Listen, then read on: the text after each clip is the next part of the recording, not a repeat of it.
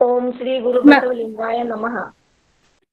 शरणू शरणार्थी, आगतम स्वागतम सुस्वागतम. मी जयश्री पाटील कोगनूर सर्व रसिक जिज्ञासू श्रोत्यांचे वचन अध्ययन बसव मंच मराठी व्याख्यानमाला पुष्प 52 मध्ये सहर्ष स्वागत करत आहे. Basava understanding and research centre Pune यांच्या वतीने प्रत्येक महिन्याच्या पहिल्या शनिवारी विविध धार्मिक, सामाजिक, वैचारिक, आध्यात्मिक व प्रबोधनपर विषयावर आभासी व्याख्यान आयोजिले जाते. लॉकडाऊनच्या काळात सुरू झालेल्या ह्या उपक्रमाने आतापर्यंत अर्धशतक गाठले आहे. आजचे व्याख्यान शरण लिंगायचे ॲडव्होकेट छाया उमाकांत शेटकार यांच्या जयंतीनिमित्त शरण ॲडव्होकेट उमाकांत शेटकार यांनी आयोजिले आहे. सर्वप्रथम मी कार्यक्रमाची रूपरेषा सांगते. या मंचावर सर्वप्रथम शरण विद्याका मगदूम वचन प्रार्थना म्हणतील. त्यानंतर शरण डॉक्टर जयश्री अंगडी पट्टण स्वागत व प्रस्तावना करतील. आजच्या व्याख्यात्यांचा परिचय शरण दैवशाला पाटील करतील. आजचे व्याख्याते आहेत शरण अभिषेक देशपांडे. आजचा विषय आहे कल्याण क्रांतीची पाने उलगडताना. शरण अभिषेक देशपांडे व्याख्यान देतील. त्यानंतर शरण शशिकांत पट्टण मार्गदर्शन करतील. श्रोत्यांबरोबर चर्चा होईल.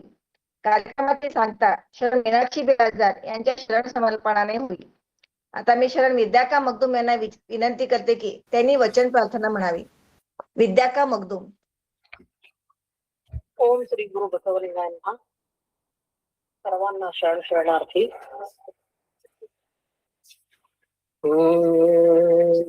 भूमि तव दान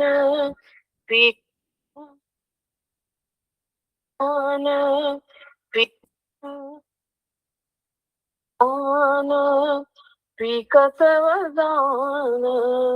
भूमि तव दान विकतव दान. मंद मंद वाहणारा वारा तुझे सदान. मंद मंद वाहणारा वारा तुझे सदान. भूमि तव दान विकतव दान. भूमि तव दान विकतव दान. मंद मंद वाहणारा वारा तुझे सदान. मंद मंद वाहणारा वारा तुझे सदान. स्वीकारुन तव दान परदैवतांचे.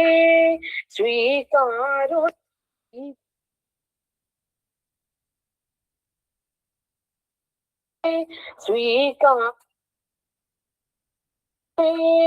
स्वीकारुन तव दान परदैवतांची. स्तुती करणाऱ्या कुत्र्यांना. स्तुती करणाऱ्या कुत्र्यांना काय म्हणावे रामनाथा. काय म्हणावे रामनाथा. काय म्हणावे रामनाथा. काय म्हणावे रामनाथा. भूमि तव दान विकतव दान. भूमि तव दान विकतव दान. मंद मंद वाहणारा वारा तुझे सदान. मंद मंद वाहणारा वारा तुझे सदान. भूमि तव दान. भूमि तव दान. भूमि तव दान विकतव दान. सर्वांना शरण शरणार्थी. विद्यार्थ्यांच्या वचनपात्राने आजच्या कार्यक्रमाची सुरुवात झालेली आहे. आता डॉक्टर जयश्री अंगडी पट्टण यांना विनंती करते की त्यांनी प्रस्तावना करावी. डॉक्टर जयश्री अंगडी पट्टण. शरणू शरणार्थी सर्वांना. या आपल्या वचन अध्ययन बसव म्हणजे मराठी व्याख्यानमाला पुष्प 52 आजचं जे विशेष असं आपलं पुष्प आहे बसव कल्याण क्रांती आपण ज्याला म्हणतो. तर इथं समक्ष सर्व बसव प्रेमींना आजचे जे अतिथी आहेत अभिषेक देशमाने सर, आम्ही त्यांना दादाच म्हणतो, आणि इथं सर्व मंडळींना मी सहृदय सर्वांचं स्वागत करते. जसं जयश्रीताईंनी सांगितलं आता की कोरोनापासून सुरू झालेलं आता आपण अर्धशतक आता केलेलं आहे, पूर्ण केलेलं आहे, आणि तुमच्या सर्वांच्या सहकार्याने आम्ही एक एक पाऊल पुढे करतोय. बसवेश्वर म्हणजे आपण क्रांतिकारक महाबसवेश्वर, महामानव, श्रीमुक्तीचा महामेरू म्हणतो आपण.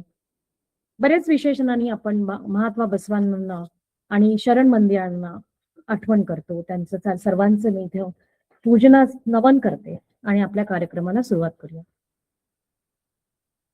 आज जेव्हा जेव्हा आपण बसवेश्वरांचं वाचतो, चरित्र वाचतो, शरणांचं चरित्र वाचतो, तेव्हा एक गोष्ट लक्षात येते आपल्याला की क्रांती जी आहे, क्रांती शब्द आपण इतिहासामध्ये फक्त फ्रेंचची क्रांती वगैरे परकीयांची क्रांती आपण वाचली, पण आपल्या धर्मामध्ये काय झालेलं आहे, बसवांनांनी, महात्मा बुद्धांना जेव्हा जेव्हा एखादा विचार हा नवीन विचार जेव्हा येतो तेव्हा समाज त्या नवीन विचाराचं स्वागत करत नाही.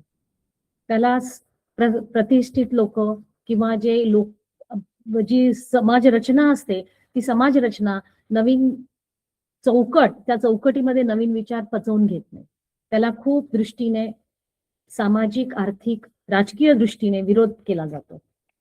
जेव्हा अनुभव मंडप, जिथं समता होती, जिथं अभिव्यक्तीचं स्वातंत्र्य होतं, श्रीमुक्तीची चळवळ होती, नंतर सर्व म्हणजे समाजामधल्या सर्व अस्पृश्य, दलित, कर्मकारी मंडळींना एकत्र आणून एकाच लेवलला आणलेलं बसवांना हे लोकांना पटले की नाही पटले, त्यांचा जो त्याग होता, त्यांचा जो संघर्ष होता, त्या संघर्षाची जेव्हा आपण कल्पना करतो तेव्हा आता सुद्धा नवीन एखादी कल्पना जर नवीन आलं असेल तर त्याला विरोध जसा होतो तसा महात्मा बसवांनाही विरोध झाला.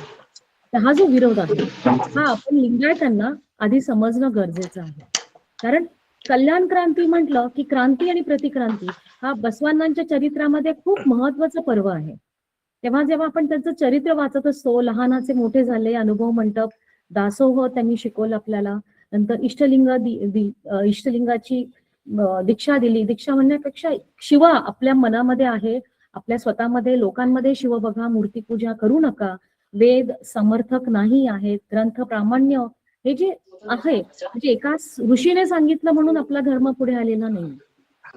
तर या जेव्हा रूढी, परंपरा, कर्मकांडला जेव्हा बसवांनानी आणि तेव्हाच्या समर्थ असलेल्या शरणांनी विरोध केला तेव्हा पुढे काय झालं, पहिला आंतरजातीय विवाह जेव्हा मांडलं गेलं तेव्हा समाज कसा त्यांना सामोरा गेला.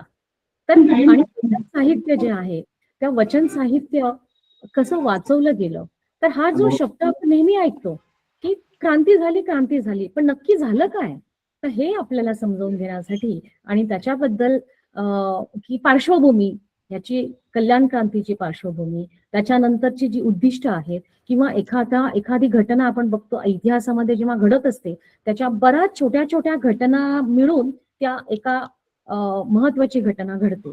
तसं हे क्रांतीचं जे पर्व आहे या पर्वापर्यंत पोहोचण्यासाठी महात्मा बसवेश्वरांचा काय रोल होता, तेव्हा त्याचे जे देश विदेशातून वेगवेगळ्या राज्यातून शरण आले होते, शरण मंदिर होते, तेव्हाची ती संकल्पना काय होती आणि लोकांनी म्हणजे बिज्जा राजा होता, तर बिज्जा राजा आणि त्याच्या सैनिकांबरोबर काय झालं हे नक्की, हे बरेच खूपसे प्रश्न आहेत आपल्याला आणि त्या प्रश्नांची उत्तरं मिळवण्यासाठी आजचा आपण हा विशेष म्हणजे वेगळा भाग असा घेतलेला आहे.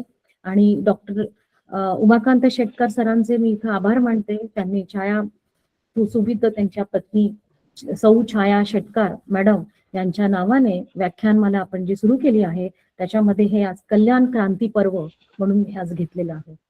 तर इतिहासाची पानं उलटताना अभिषेक दादांचं इथं मी नक्कीच कौतुक करेन की युवा कार्यकर्ते आहेत, लिंगायत अतिशय सक्रिय आहेत, वेगवेगळ्या कार्यक्रमामध्ये ते दाखवत, वेगवेगळ्या मीडियामधून, सोशल मीडियामधून ते आपल्याला प्रत्येक लिंगायतांपर्यंत पोहोचण्याचा प्रयत्न करतात आणि त्यांची माहिती, त्यांच्याबद्दलचा परिचय दैवशालाताई करून देणार आहे. तर आज मी त्यांचं इथे सहर्ष स्वागत करते. डॉक्टर शेटकर सरांचं इथं आभार मानते. आणि छाया मॅडम ज्या होत्या त्या स्वतः लॉयर होत्या, अतिशय राजकीय खानदानी परिवारातून त्या आलेल्या होत्या. अन्याय विरुद्ध लढायचं हे त्यांचं एक ध्येय होतं. अतिशय प्रामाणिकपणे भ्रष्टाचाराला त्यांचा नेहमी विरोध होता.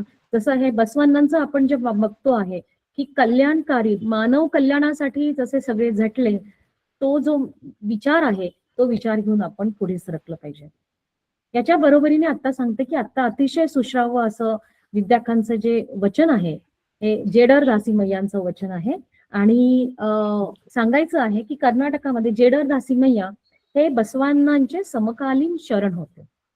तर त्यांचं हे जे वचन आहे हे आपल्याला काय सांगते, खूप सुंदर एकच सांगते की आपण जेव्हा बसवांनांच्या इच्छेप्रमाणे लिंगायत धर्माप्रमाणे तत्वज्ञानाप्रमाणे जेव्हा आपण इष्टलिंगच हे माझं मी दैवत मानतो, इष्टलिंगच सर्व काही जगामध्ये या ज्या क्रिया आहेत त्या सगळ्या क्रिया होतात, तेव्हा मी दुसऱ्या देवाला नमन न करता माझी जी श्रद्धा आहे ती फक्त इष्टलिंगाभोवतीच असावी, असा हा निष्ठुरपणे म्हणजे काटेकोरपणे रामनाथ आहे जे दैव मानलेलं आहे जेडर दासीमय्यांनी, तर त्यांच्याप्रमाणे आपण ते घेतलं पाहिजे. आणि या वचनाचा सार एवढाच आहे की परकीय दुसरे दैवत न मानता एकाच दैवताशी इष्टलिंगाशी आपण आत्मपरीक्षण केलं पाहिजे त्याच्या बरोबरीने आणि त्याचंच नमन केलं पाहिजे. एक सांगायचं आहे की कर्नाटकामध्ये सध्या वादविवाद चालू आहे. एक जेडर दासीमय्या आणि दासो दासीमय्या, तर देवर दासीमय्या आणि जेडर दासीमय्या हे असे दोन वेगवेगळे शरण आहेत. आणि देवर दासीमय्या हे बसवांनांपूर्वी 140 वर्ष पूर्वी होते असं त्यांचा काहींचा दावा आहे. आणि पट्टण सर आणि आपला हा अभिमानाने मला सांगता येईल की आपल्या या संघटनेमध्ये बरेच संशोधक आहेत. पट्टण सर आहेत, अजून अभिषेक देशमाने आहेत, पाटील सर आहेत. तर या सर्वांचं म्हणणं आहे की जेडर दासीमय्या आणि देवर दासीमय्या हे एकच आहेत. तर हा संशोधनात्मक विषय आहे आणि जिथं जिथं कॉन्ट्राव्हर्सी येते आहे तिथं कॉन्ट्राव्हर्सी येऊन आपल्या पुढच्या जे कोणी संशोधन करणार आहे त्यांनी त्याच्यावर नक्की संशोधन करावं, त्याच्यावरती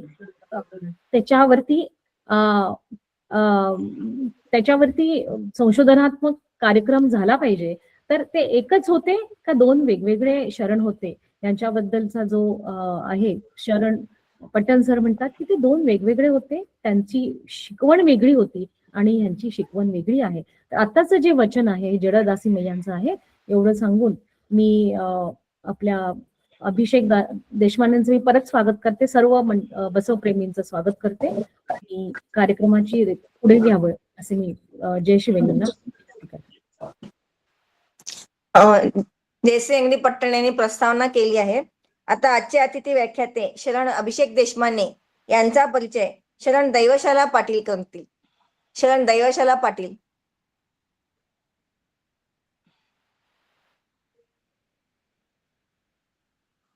शरणो शरणार्थी. आवाज येतोय ना माझा? हो येतोय. सर्वांना शरणो शरणार्थी. तर अभिषेक दादांचा परिचय, अभिषेक श्रीकांत देशमाने, त्यांचं मूळ गाव आहे अधिवास नादरे, तालुका मिरज आणि जिल्हा सांगली येथून ते आलेले आहेत. आणि त्यांचं शिक्षण BE झालेलं आहे. इलेक्ट्रॉनिक इंजिनियर आहेत ते पेशाने आणि ते नोकरी करतात सध्या. आणि शरण साहित्याचा अभ्यास, वचनांचे तार्किक विश्लेषण त्यांनी खूप केलेले आहेत. षटस्थल तत्वज्ञानावर विशेष अध्ययन झालेलं आहे त्यांचं. लोकशाहीचे जनक महात्मा बसवेश्वर हे त्यांचं पुस्तक प्रकाशित झालं असून आणि ते अमेझॉनवर सर्वांना उपलब्ध सुद्धा त्यांनी करून दिलेलं आहे. आणि डॉक्टर भीमराव पाटील यांच्या वाङ्मयीन आणि वक्तृत्व कार्यावर आधारित कार्यकर्ता दीप या ग्रंथाचे सुद्धा ते संपादन आहेत.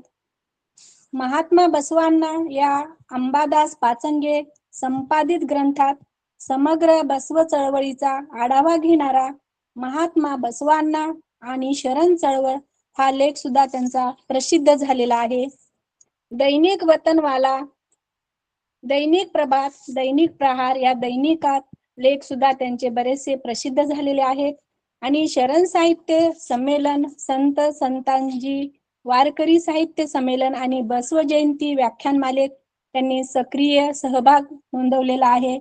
एवढेच नाही तर लिंगायत धर्म युट्यूब माध्यमातून शरण जीवन चरित्र, वचन विश्लेषण आणि संगीतबद्ध वचन प्रसारित करण्यामध्ये सुद्धा त्यांचं योगदान आहे.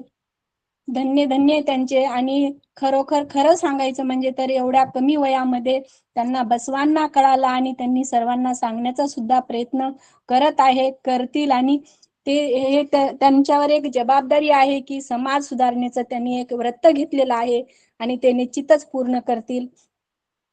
एवढे बोलून मी त्यांना शुभेच्छा देते आणि त्यांचं व्याख्यान चालू करावं अशी मी त्यांना विनंती करते. शरणो शरणार्थी. देवशाला ताई पाटील यांनी अभिषेक देशपांडे यांचा परिचय करून दिलेला आहे. आता मी शरण अभिषेक देशपांडे यांना विनंती करते की मंच खुला आहे, आपण आपले व्याख्यान सुरू करावे. शरण अभिषेक देशपांडे.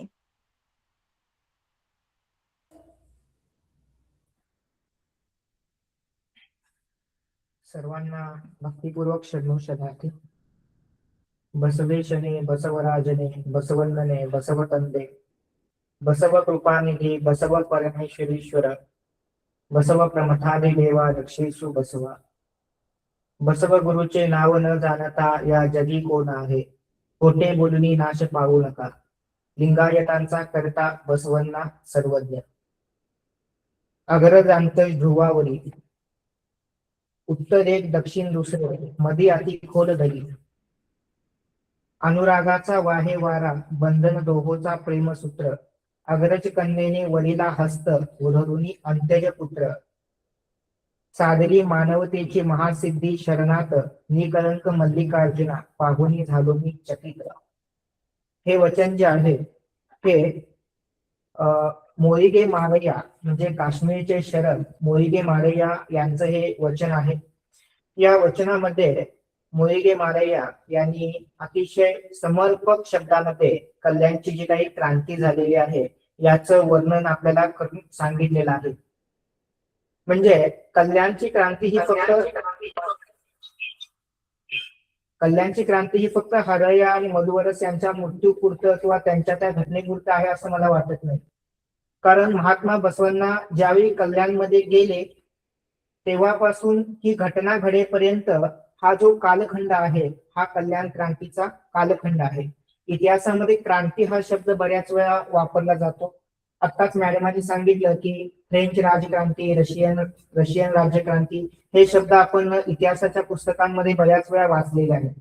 भारतीय इतिहासामध्ये सुद्धा आपल्याला भारतीय स्वातंत्र्य संग्राम, भारतीय स्वातंत्र्य लढा हे देखील एक इंग्रजांच्या विरोधामध्ये केलेली क्रांती होती, हे एक उदाहरण आपल्याला सांगता येतं. अशी अनेक उदाहरणं आपल्याला क्रांती या नावाने आलेली पाहायला मिळतात. मग बसवण्णापूर्वी कल्याण नक्की काय होतं आणि बसवण्णांच्या नंतर कल्याण नक्की काय होतं? म्हणजे बसवण्णांपासून कल्याणची सुरुवात झाली का? कल्याण हे भक्तीचे केंद्र राहिले, 36 वर्ष भक्तीचे केंद्र राहिले म्हणून एका वचनामध्ये बसवण्णा सांगतात.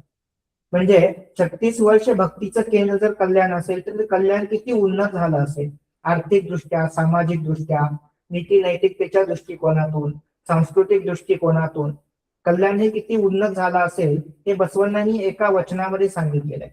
कल्याणची सर्वांगीण उन्नती ही बसव काळामध्ये अतिशय मोठ्या प्रमाणामध्ये झालेली होती. म्हणून एका वचनामध्ये बसवण्णा म्हणतात की कल्याणमध्ये भीक मागणारे कोणी नाही, मागणाऱ्या शरणांना पाठवा आणि मदत छळवा, ऊर्ध संगम देवा. म्हणजे कल्याण हे इतकं समृद्ध राज्य होतं हे बसवण्णांना त्या वचनामध्ये सांगायचं आहे. तर बसवण्णा येण्यापूर्वी नक्की कल्याणची अवस्था काय होती, कल्याण काय होतं हे आपल्याला थोडंसं समजून घेणं गरजेचं आहे.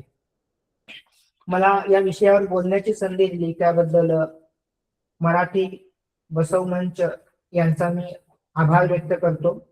त्याच पद्धतीने या बोलण्यात मला हा विषय मांडण्यासाठी ज्यांनी प्रोत्साहन दिलं ते डॉक्टर शशिकांत पट्टण, जयश्री पट्टण मॅडम, त्याच पद्धतीनं सुंदर वचन गायन करणाऱ्या मॅडम, त्यानंतर सूत्रसंचलनकार दैवशाला पाटील मॅडम या सर्वांचे मी आभार व्यक्त करतो. या कार्यक्रमामध्ये उपस्थित सर्व मान्यवरांचे, बसव अभ्यासकांचे, बसव अनुयायांचे सर्वांचे मी आभार व्यक्त करतो. तुम्ही सर्वांनी मला बोलण्याची संधी दिली त्याबद्दल सर्वांचे आभार. आता आपण विषयाला सुरुवात करूया. तर आपल्याला माहिती आहे की बसवांना येण्यापूर्वी कल्याण हे नक्की काय होतं. तर बऱ्याच इतिहासाच्या पुस्तकांमध्ये कल्याणचं वर्णन हे करून ठेवलेलं आहे, कशा पद्धतीने कल्याण होतं. तर अशोक मेनपुदे सरांचं प्रसिद्ध असं पुस्तक आहे आणि या पुस्तकामध्ये काही महत्वाचे संदर्भ आपल्याला वाचायला मिळतात. त्यातून मी काही मुद्दे काढलेले आहे की बसवांना येण्यापूर्वी कल्याण हे नक्की काय होतं.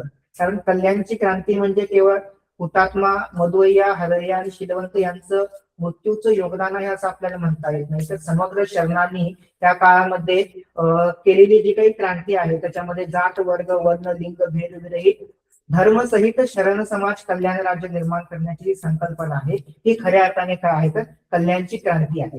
म्हणजे कल्याणची क्रांती ही केवळ 2 दिवसामध्ये घडलेली आहे असं आपल्याला म्हणता येत नाही. तर त्याच्यामध्ये शरण जितके वर्ष कल्याणमध्ये राहिले तितके वर्ष ही क्रांतीचं वारं त्या कल्याणमध्ये वाहत होतं. मग बसवांना कल्याणमध्ये येण्याच्या पूर्वी नक्की कल्याण काय होतं.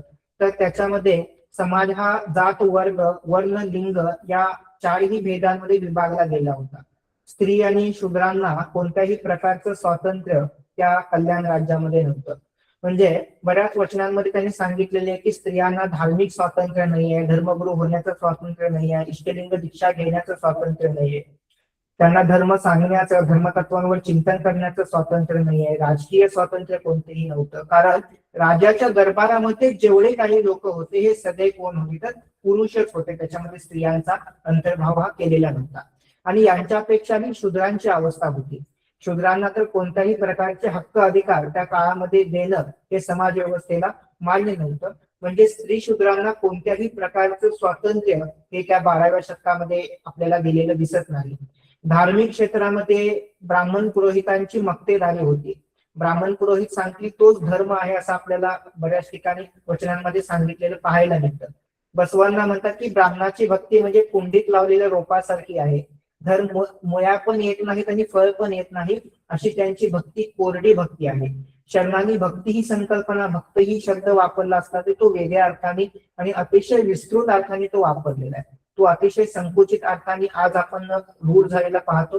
मात्र शरणांच्या वचनातील भक्त शब्द हा संकुचित किंवा मर्यादित अर्थाने आपल्याला आलेला दिसत नाहीये. म्हणजे धार्मिक क्षेत्रातील विशिष्ट वर्गाची जी काही मक्तेदारी आहे ती मोडून काढण्यामध्ये महात्मा बसवांनांचं योगदान हे अतिशय मोठं आहे. समाजामध्ये मोठ्या प्रमाणात अज्ञान होतं आणि या अज्ञानातून अंधश्रद्धा, कर्मकांड आणि दंभाचार हा समाजामध्ये वाढलेला होता. आणि यामधून भूक, उपासमार, रोगराई, कुपोषण यासारख्या गोष्टींना बालकांना बळी पडावं लागत होतं. म्हणजे या ठिकाणी देखील समाजाचं एक प्रकारे शोषण केलं जात होतं.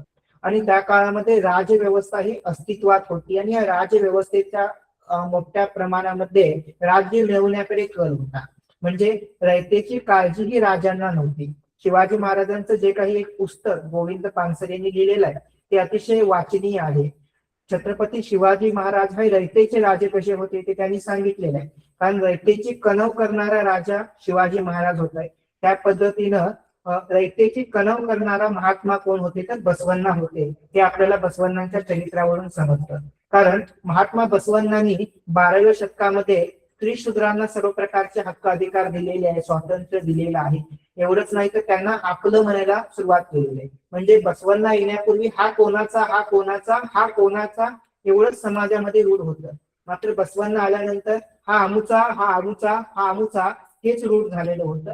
म्हणजे खऱ्या अर्थाने समाजामध्ये परिवर्तन व्हायला सुरुवात झालेली होती. राजे महाराजांचं जे काही राज्य त्या काळामध्ये होतं या राजव्यवस्थेला देखील पायबंद घालण्याचं काम बसवण्णांनी 12व्या शतकामध्ये केलेलं आपल्याला पाहायला मिळतं. कारण 12व्या शतकामध्ये प्रत्येक राजे आपलं राज्य मिळवण्यासाठी प्रयत्न करत होते. आपला राज्य विस्तार कसा होईल यासाठी प्रयत्न करत होते. अगदी कैकेयी बिज्जल राजा जो होता तो देखील चालुक्याचा मांडलिक होता. मात्र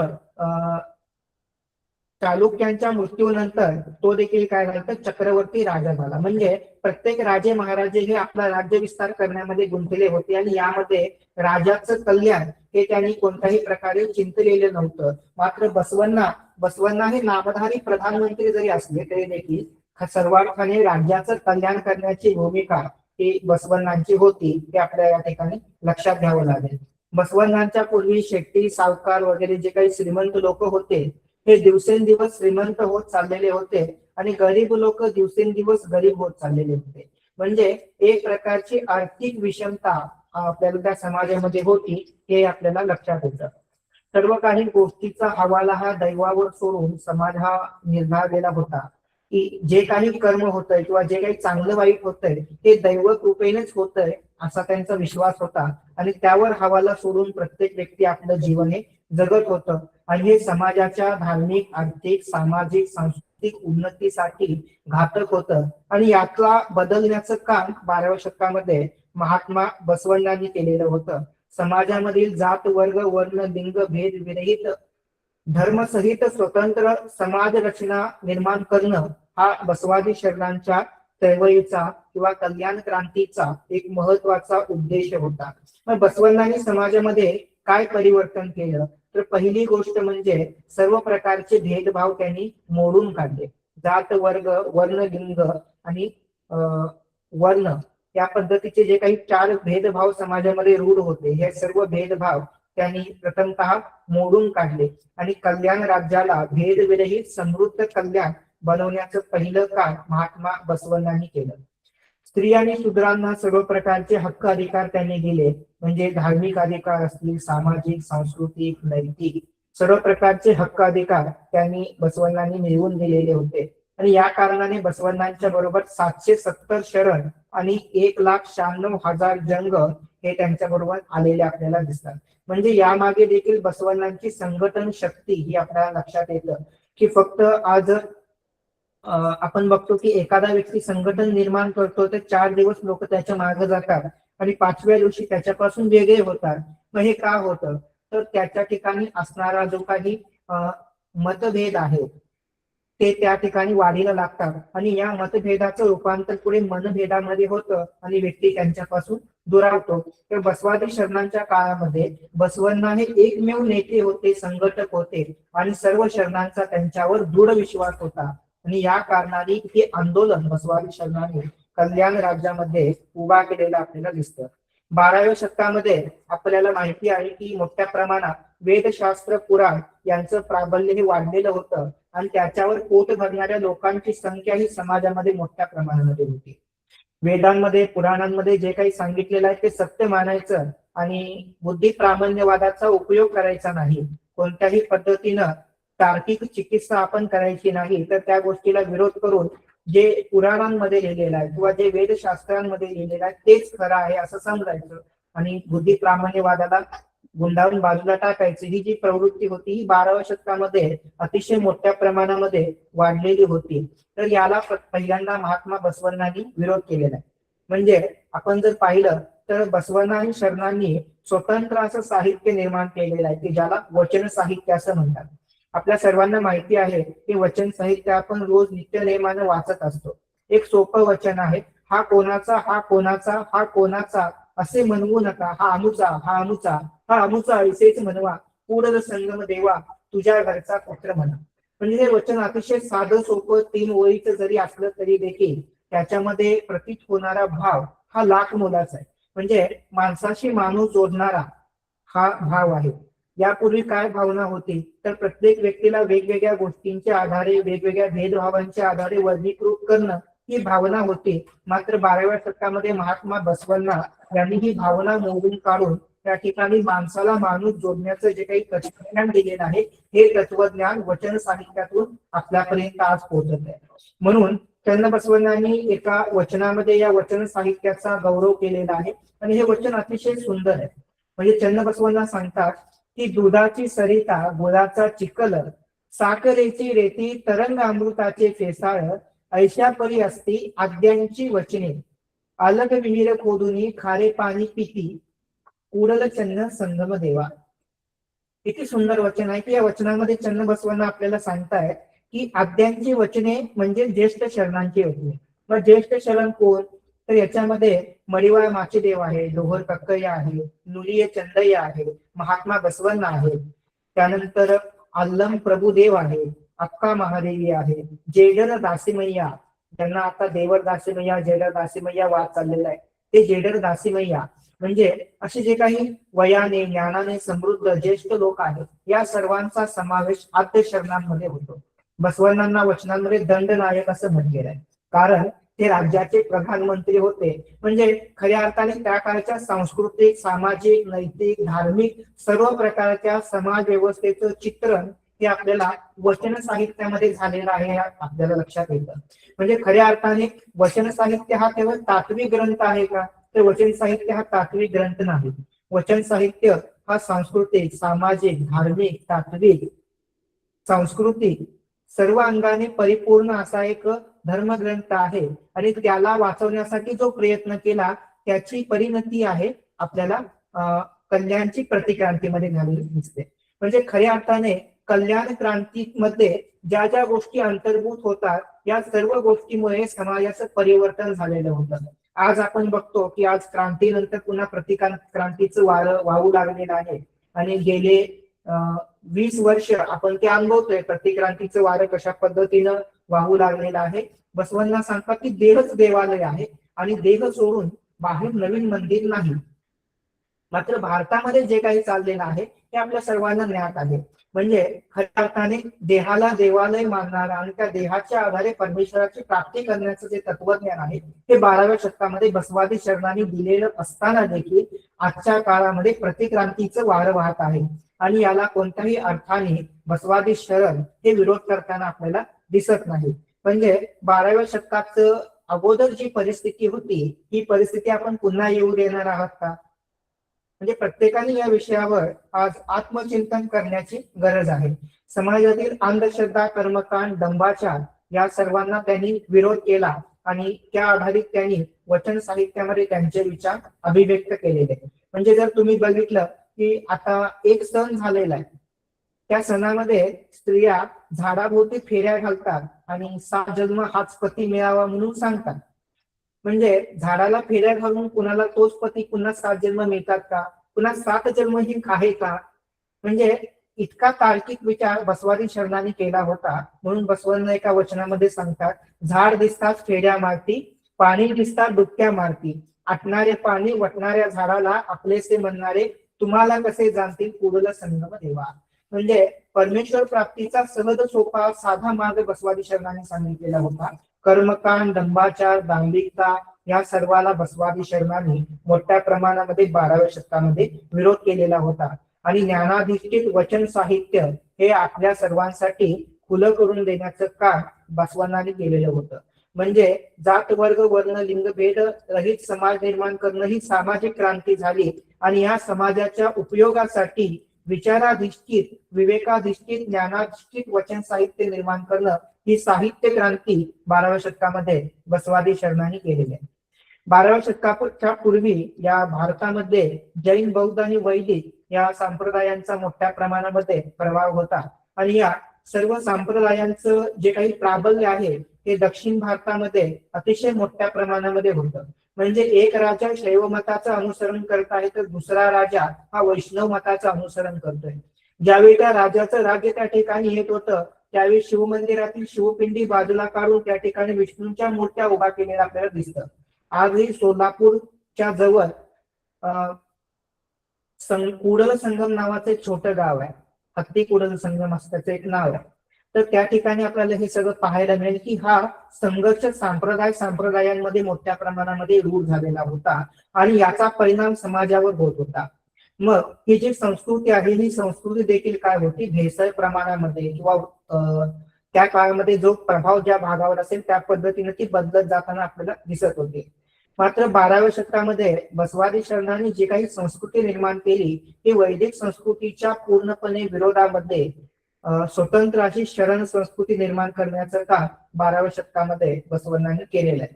आजही आम्हाला आश्चर्य वाटतं की आपण अनेक खेडेगावांमध्ये फिरता वेगवेगळ्या गावांमध्ये जातो तर त्या ठिकाणी प्रत्येक व्यक्तीच्या नावामागे अण्णा अण्णा शब्द आपल्याला लावलेला दिसतो.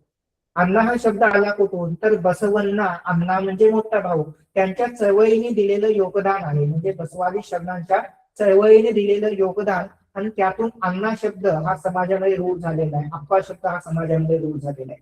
म्हणजे क्रांती ही केवळ 2 दिवसापुरती टिकली का? नाही, तर गेले 900 वर्ष समाजामध्ये बसवण्णांची कल्याण क्रांती ही टिकून राहिलेली आहे. वेगवेगळ्या माध्यमातून ही आपल्यापर्यंत आलेली आहे, फक्त ती ओळखण्याची आज आपल्याला गरज आहे. म्हणजे खऱ्या अर्थाने सांस्कृतिक परिवर्तन, नवीन संस्कृती निर्माण करून ती जतन करायला लावण्याचं परिवर्तन 12व्या शतकामध्ये बसवण्णांनी केलं. म्हणजे एक अर्थाने सांस्कृतिक परिवर्तन देखील महात्मा बसवण्णांनी केलेलं आहे. आर्थिक परिवर्तनाच्या दृष्टिकोनातून 12व्या शतकाच्या अगोदर जाती आधारित व्यवसाय ही रूढ झालेले होते. म्हणजे कुणी व्यक्ती चांभाराच्या घरामध्ये जन्मला तर त्यांनी चांभार कामच केलं पाहिजे, कुणी व्यक्ती मातंगाच्या घरात जन्मला तर त्यांनी मातंग म्हणूनच आपलं आयुष्य जगलं पाहिजे. मात्र बसवण्णांनी ही जी व्यवस्था आहे, व्यवस्था मोडून काढली आणि कल्याण राज्य अतिशय समृद्ध राज्य बनवण्यामध्ये बसवण्णांचं अतिशय महत्वाचं योगदान कशा अर्थाने होतं, तर आपल्या लक्षात येतं की बसवण्णांनी 5 प्रकारचे आर्थिक नियम दिले होते. याच्यामध्ये जन्माधिष्ठित जी व्यवसायाची संकल्पना आहे ती बसवण्णांनी नाकारली. जन्माधिष्ठित व्यवसाय कुणीही करू शकत नाही. म्हणजे एखादा व्यक्ती चोर असेल आणि त्याला एखादा अपत्य झालं तर त्यांनी काय आयुष्यभर चोरी करायची का? तर नाही. म्हणून जन्माधिष्ठित व्यवसायाची जी संकल्पना होती ती महात्मा बसवण्णांनी नाकारलेली आपल्याला दिसते. त्याचबरोबरीने व्यक्तीच्या कौशल्यानुसार त्यांनी कायक हा निवडला पाहिजे, हा एक दुसरा नियम बसवण्णांनी रूढ केलेला होता. म्हणजे ज्या व्यक्तीकडे जे कौशल्य आहे त्या पद्धतीने त्यांनी आपला कायक हा केला पाहिजे, निवडला पाहिजे. म्हणजे एका अर्थाने व्यवसाय निवडीचे स्वातंत्र्य महात्मा बसवण्णांनी समाजाला दिलेलं होतं. आणि तिसरा म्हणजे त्या काळामध्ये मोठ्या प्रमाणात साधू, संन्यासी, गोसावी आणि ब्राह्मण पुरोहितांचं प्राबल्य हे समाजावर वाढलेलं होतं. आणि याचा परिणाम समाजावर असा होत होता की कमवणारे लोक कमवत होते आणि ऐतखाऊ लोकांची संख्या ही समाजात वाढत होती. तर बसवण्णांनी ऐतखाऊ लोकांच्यावर नियंत्रण प्राप्त केलं. त्यांनी ऐतखाऊ वृत्तीला विरोध केला. म्हणून दुग्गळे नावाचे जे कोणी शरणी आहे त्यांच्या एका चरित्रामध्ये आपल्याला पाहायला मिळतं की त्यांनी जे संन्यासी गावामध्ये पीठ मागायला, भीक मागायला येत होते त्यांना सांगितलं की तुम्ही तर धडधाकट आहात, हाडापिंडाने व्यवस्थित आहात, मग भीक मागण्यापेक्षा कष्ट करून खा. आणि त्यांचं मन परिवर्तन करण्याचं काम त्यांनी केलं. आणि त्या शतकामध्ये अनेक संन्यासांचं मन परिवर्तन करून त्यांना शेतीच्या कामामध्ये त्यांनी ठेवून घेतलं. म्हणजे खऱ्या अर्थाने ऐतखाऊ वृत्तीला विरोध करून त्यांचं श्रमामध्ये परिवर्तन करणं हे बसवादी शरणांच्या चळवळीचं सर्वात मोठं आणि महत्वाचं योगदान आहे असं आपल्याला म्हणावं लागेल. त्याच पद्धतीनं 12व्या शतकामध्ये महात्मा बसवण्णा आणि शरणांनी सर्व प्रकारच्या आर्थिक विषमता नाहीशा करण्यासाठी कायक आणि दासोह हे 2 अतिशय महत्वाची जी नीतिमूल्य आहेत ती समाजाला दिलेली होती, जेणेकरून समाज हा आर्थिक दृष्ट्या समृद्ध बनेल, समाजातील गरीब श्रीमंतीची दरीही नाहीशी होईल. म्हणजे वर्गभेद नाहीसं करणं हे बसवादी शरणांच्या समोरचं एक महत्वाचं उद्दिष्ट होतं. म्हणजे 12व्या शतकामध्ये प्रत्येक व्यक्ती श्रम करून जगणारा होता आणि जो श्रम करत नाही तो भवी आणि जो श्रम करतो तो शरण, ही सोपी व्याख्या बसवादी शरणांनी आपल्या समोर ठेवलेली होती. पुन्हा त्याला कायक असं नाव दिलेलं होतं. कायकाची व्याख्या अतिशय सहज, साधी आणि सोपी आहे. प्रत्येक व्यक्तीने सत्य, शुद्ध आणि नित्य स्वरूपाचा समाजाच्या उपयोगी येणारा व्यवसाय करणं म्हणजे कायक आहे. यामध्ये 3 गोष्टींची अट बसवादी शरणांनी घातलेली आहे. बसवण्णांनी शरणांनी काय म्हटलेलं आहे तर खऱ्या अर्थाने समाजाच्या उपयोगी असणार. म्हणजे आता सांगा, दारू विकणे समाजाच्या उपयोगाचा कायक आहे का? नाही. त्यानंतर चोरी करणे समाजाच्या उपयोगाचा कायक आहे का? नाही. एखादा व्यक्ती खून, मारामाऱ्या करत असेल तर तो समाजाच्या उपयोगाचा कायक आहे का? नाही. म्हणजे हे जे काही अशा पद्धतीनं जे कायक होते की जे समाजाला कोणत्याही पद्धतीने हितकारक नव्हते, या सर्व कायकांचा त्यांनी विरोध केला. सत्य, शुद्ध म्हणजे प्रामाणिकपणे तो कायक त्यांनी केला पाहिजे. आज आपण बघतो की आपलं कामाचं जी वेळ आहे ती जर 6 असेल तर व्यक्ती 4 वाजताच निघून जातो. म्हणजे सत्यशुद्ध प्रामाणिकपणे आपण आपला कायक हा केला पाहिजे. त्यानंतर नित्य नियमाने केला पाहिजे. आज आपल्याला रविवारी सुट्टी मिळते, मात्र बसवादी शरण सांगतात रविवारची सुट्टी देखील घेऊ नका, कारण तो कायक नित्य स्वरूपाचा आहे. अशा पद्धतीचा नित्य कार्य करून जे धन अर्जन होतं हे धन केवळ आपल्या फायद्यासाठी स्वार्थासाठी आपण खर्च नाही करायचंय, तर ते समाजाच्या उपयोगासाठी त्यांना देणं, त्यांच्या गरजा पूर्ण करणं हे ते आव्हान बसवादी शरणांच्या समोर होतं. म्हणून त्यांनी दासोह नावाची संकल्पना अस्तित्वात आणली. आणि ही दासोह नावाची जी संकल्पना आहे याच्यामध्ये एक नियम बसवण्णांनी घालून दिलेला होता की दासोह देणाऱ्या व्यक्तीने मी दासोह दिला म्हणून कुठेही सांगायचं नाही. म्हणजे दासोह देणाऱ्या व्यक्तीला आपल्या नावाची पाटी लावण्याचा कोणताही हक्क अधिकार बसवादी शरणांनी दिलेला नव्हता. दासोह देणारा व्यक्ती अतिशय निर्मोही भावनेने, निर्मोही म्हणजे त्या ठिकाणी कोणत्याही प्रकारचा मोह नाही अशा भावनेने त्याने तो दासोह दिला पाहिजे. आणि दासोह देताना त्यांनी अशा पद्धतीने विचार केला पाहिजे, आज माझ्याकडे 10 रुपये असतील, 5 रुपये मला माझ्या कुटुंबाच्या उदरपोषणासाठी लागणारे आहेत आणि 5 रुपये हे जास्तीचे आहेत, तर ते 5 रुपये जास्तीचे मी समाजाच्या उपयोगासाठी देणं म्हणजे खऱ्या अर्थानं दासोह. मात्र याची वाच्यता मी कोणाजवळही करणार नाही. मात्र दासोह करण्याचा अधिकार कोणाला होता हा एक महत्वाचा प्रश्न आहे. दासोह करण्याचा अधिकार हा फक्त शरणांना होता. आज आपण बघतो की वेगवेगळे मोठे मोठे मंदिर आहेत आणि त्या मंदिरांचे मोठमोठे ट्रस्ट आहेत आणि या ट्रस्टवर मोठमोठ्या देणग्या देणारे मोठमोठे लोक हे खऱ्या अर्थाने चोरच आहेत. म्हणजे धनाचा संग्रह करणे ही एका अर्थाने एक प्रकारची चोरी आहे हे बसवण्णा सांगतात. आज आपण बघतो की मोठमोठ्या चोरी करणारे लोक मंदिराला दान देतात आणि सांगतात की आम्ही खूप मोठं दान दिलं. म्हणजे अशा मोठ्या चोरांना विरोध करण्याचं काम 12व्या शतकामध्ये बसवण्णांनी केलं होतं. म्हणजे ज्यावेळी मी बसवण्णांच्या वचनांचा अभ्यास करू लागलो त्यावेळी माझ्या लक्षात आलं की बसवण्णांनी केवळ सामाजिक सांस्कृतिक क्रांती केलेली नाही आहे, तर त्यांनी आर्थिक क्रांती केलेली.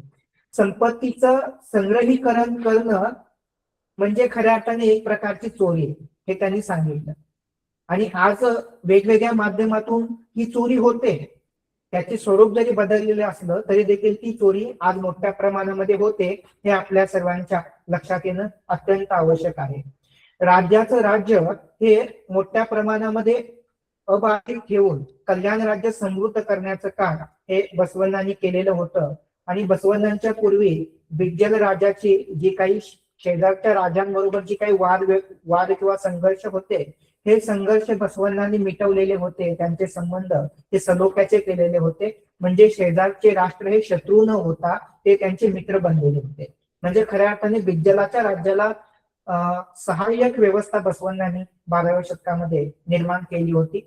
आणि एवढंच करून ते थांबलेले नव्हते, तर चन्नबसवण्णांनी जवळजवळ 378 ओळींचं एक वचन दिलेलं आहे. स्वस्ती स्त्री पासून ते चालू होतं आणि या वचनामध्ये त्यांनी सांगितलेले की कल्याण राज्यामध्ये किती तळा आहे, किती वाडे आहेत, किती नगर आहेत, किती रस्ते आहेत, रस्ते किती मापाचे आहेत, कल्याण राज्याचा विस्तार कसा आहे, कल्याण राज्यामध्ये किती लोक राहतात, किती जंगम राहतात, किती शरण राहतात, किती दासोह निलय आहेत, किती प्रसाद भवन आहेत. तर अशा पद्धतीनं कल्याण राज्य हे किती समृद्ध आहे हे 12व्या शतकामध्ये चन्नबसवण्णांनी एका वचनामध्ये सांगितलेलं आहे. म्हणजे 12व्या शतकामध्ये शेतीला प्रोत्साहन देऊन शेतीसाठी तळी खोदणं, तलाव निर्माण करणं, त्या तलावाचं पाणी शेतीसाठी देणं आणि त्यातून समाजाची किंवा कल्याणची आर्थिक उन्नती साधणं हे बसवण्णांचं सर्वात मोठं योगदान जे आतापर्यंत कधीही प्रकाशात आलेलं आपल्याला दिसत नाही. म्हणजे केवळ सामाजिक क्षेत्रामध्येच नाही तर आर्थिक क्षेत्रामध्ये कल्याण राज्य प्रबळ करण्याचं काम देखील बसवण्णांनी केलेलं होतं. म्हणजे हे देखील एक प्रकारची कल्याण क्रांती आहे. म्हणजे आपल्याला कल्याण क्रांती ही केवळ त्या गोष्टीपुरती मर्यादित नाही तर कल्याणचा जो सर्वांगीण विकास झाला या सर्व गोष्टीमध्ये कल्याण क्रांती कशा पद्धतीनं आहे हे लक्षात येतं. त्या काळामध्ये नीती नैतिकता ही पूर्णपणे ऱ्हासाला गेलेली होती आणि मोठ्या प्रमाणामध्ये समाजामध्ये अनाचार हा माजला होता. या अनाचाराला आळा घालून सदाचार हा स्वर्ग आहे आणि अनाचार हा नरक आहे हे 12व्या शतकामध्ये बसवण्णांनी सांगितलं. आचार वे स्वर्ग, अनाचार वे नरक हे त्यांनी सांगितलेलं आहे. म्हणजे 12व्या शतकामध्ये सदाचारानं जीवन जगणारा व्यक्ती खऱ्या अर्थाने सत्य शरण आहे आणि अनाचार करणारा व्यक्ती हा भवी आहे. ही सोपी व्याख्या त्यांनी आपल्याला दिलेली आहे. म्हणजे आपल्या या ठिकाणी लक्षात येतं की 12व्या शतकामध्ये सर्व प्रकारचे भेदविरहित समाज निर्माण करणं ही एक कल्याण क्रांती आहे. 12व्या शतकामध्ये वैदिक संस्कृती नाकारून त्या ठिकाणी शरण संस्कृती रूढ करणं ही एक कल्याण क्रांती आहे. 12व्या शतकामध्ये संताधिष्ठित वचन साहित्य निर्माण करणं आणि वेद पुराणांना बाजूला साधणं ही साहित्य क्रांती आहे, ही देखील एक कल्याण क्रांती आहे. 12व्या शतकामध्ये कायक, दासोह, व्यवसाय निवडीचे स्वातंत्र्य, वृत्ती या सर्व गोष्टींचा अंतर्भाव शरणांच्या जीवनामध्ये करणं आणि आर्थिक क्रांती घडवून आणणं आणि याचबरोबर शेतीला प्रोत्साहन देणं, शेतीमालाला भरभराट करणं आणि संन्यासवादाला विरोध करणं ही देखील एक कल्याण क्रांती आहे की ज्यामुळे कल्याणचं आर्थिक समृद्धीकरण झालेलं आपल्याला दिसतं. म्हणजे बसवण्णांची कल्याण क्रांती ही इतक्या मोठ्या प्रमाणात, विस्तृत प्रमाणात कल्याणमध्ये मोठ्या प्रमाणात खऱ्या अर्थाने अस्तित्वात आलेले आपल्याला दिसते. तर आपण प्रत्येकही क्रांती क्रांती हा शब्द इतका वेळ वापरतो, तर क्रांती म्हणजे नक्की काय? तर क्रांती म्हणजे समाज, राजकारण, धर्म, अर्थकारण आणि विचारसरणीमध्ये आमूलाग्र परिवर्तनकारी बदल घडवणे म्हणजे खऱ्या अर्थाने क्रांती आहे. आणि प्रतिक्रांती ही क्रांतीच्या विरोधामध्ये होत असते. तर प्रतिक्रांती म्हणजे काय? तर त्या बदलांना विरोध करणे म्हणजे खऱ्या अर्थाने प्रतिक्रांती आहे. म्हणजे महात्मा बुद्धांची चळवळ झाली आणि बुद्धांच्या चळवळीनंतर पुन्हा वैदिक व्यवस्था भारतामध्ये रूढ झाली, ही प्रतिक्रांती होती. महात्मा बसवण्णा आणि लिंगायतांची चळवळ या भारतामध्ये झाली आणि नंतर त्याला विरोध करून पुन्हा वीरशैव किंवा सनातनी व्यवस्था यावर रूढ होत पाहत आहे, ही खऱ्या अर्थाने प्रतिक्रांती आहे. महात्मा फुले, सावित्रीबाई फुलेंनी स्त्री शिक्षणाचा वारसा आपल्या पुढे आणला आणि सामाजिक सुधारणेची चळवळ आपल्यासाठी केली आणि त्या फुलेंच्या शिक्षणाला विरोध ज्यांनी केला ती देखील काय एक प्रतिक्रांती आहे. म्हणजे क्रांतीला प्रतिक्रांती हे ठरलेलं उत्तर आहे. त्याच पद्धतीनं शाहू महाराज आणि बाबासाहेब आंबेडकरांची जी काही सामाजिक न्यायाची, आरक्षणाची, संविधान प्रस्थापित करण्याची जी काही चळवळ होती, या चळवळीला आता विरोध केला जातोय, संविधानातले कलम बदलले जात आहेत, ही देखील काय एका अर्थाने प्रतिक्रांती आहे असं आपल्याला लक्षात घ्यावं लागेल.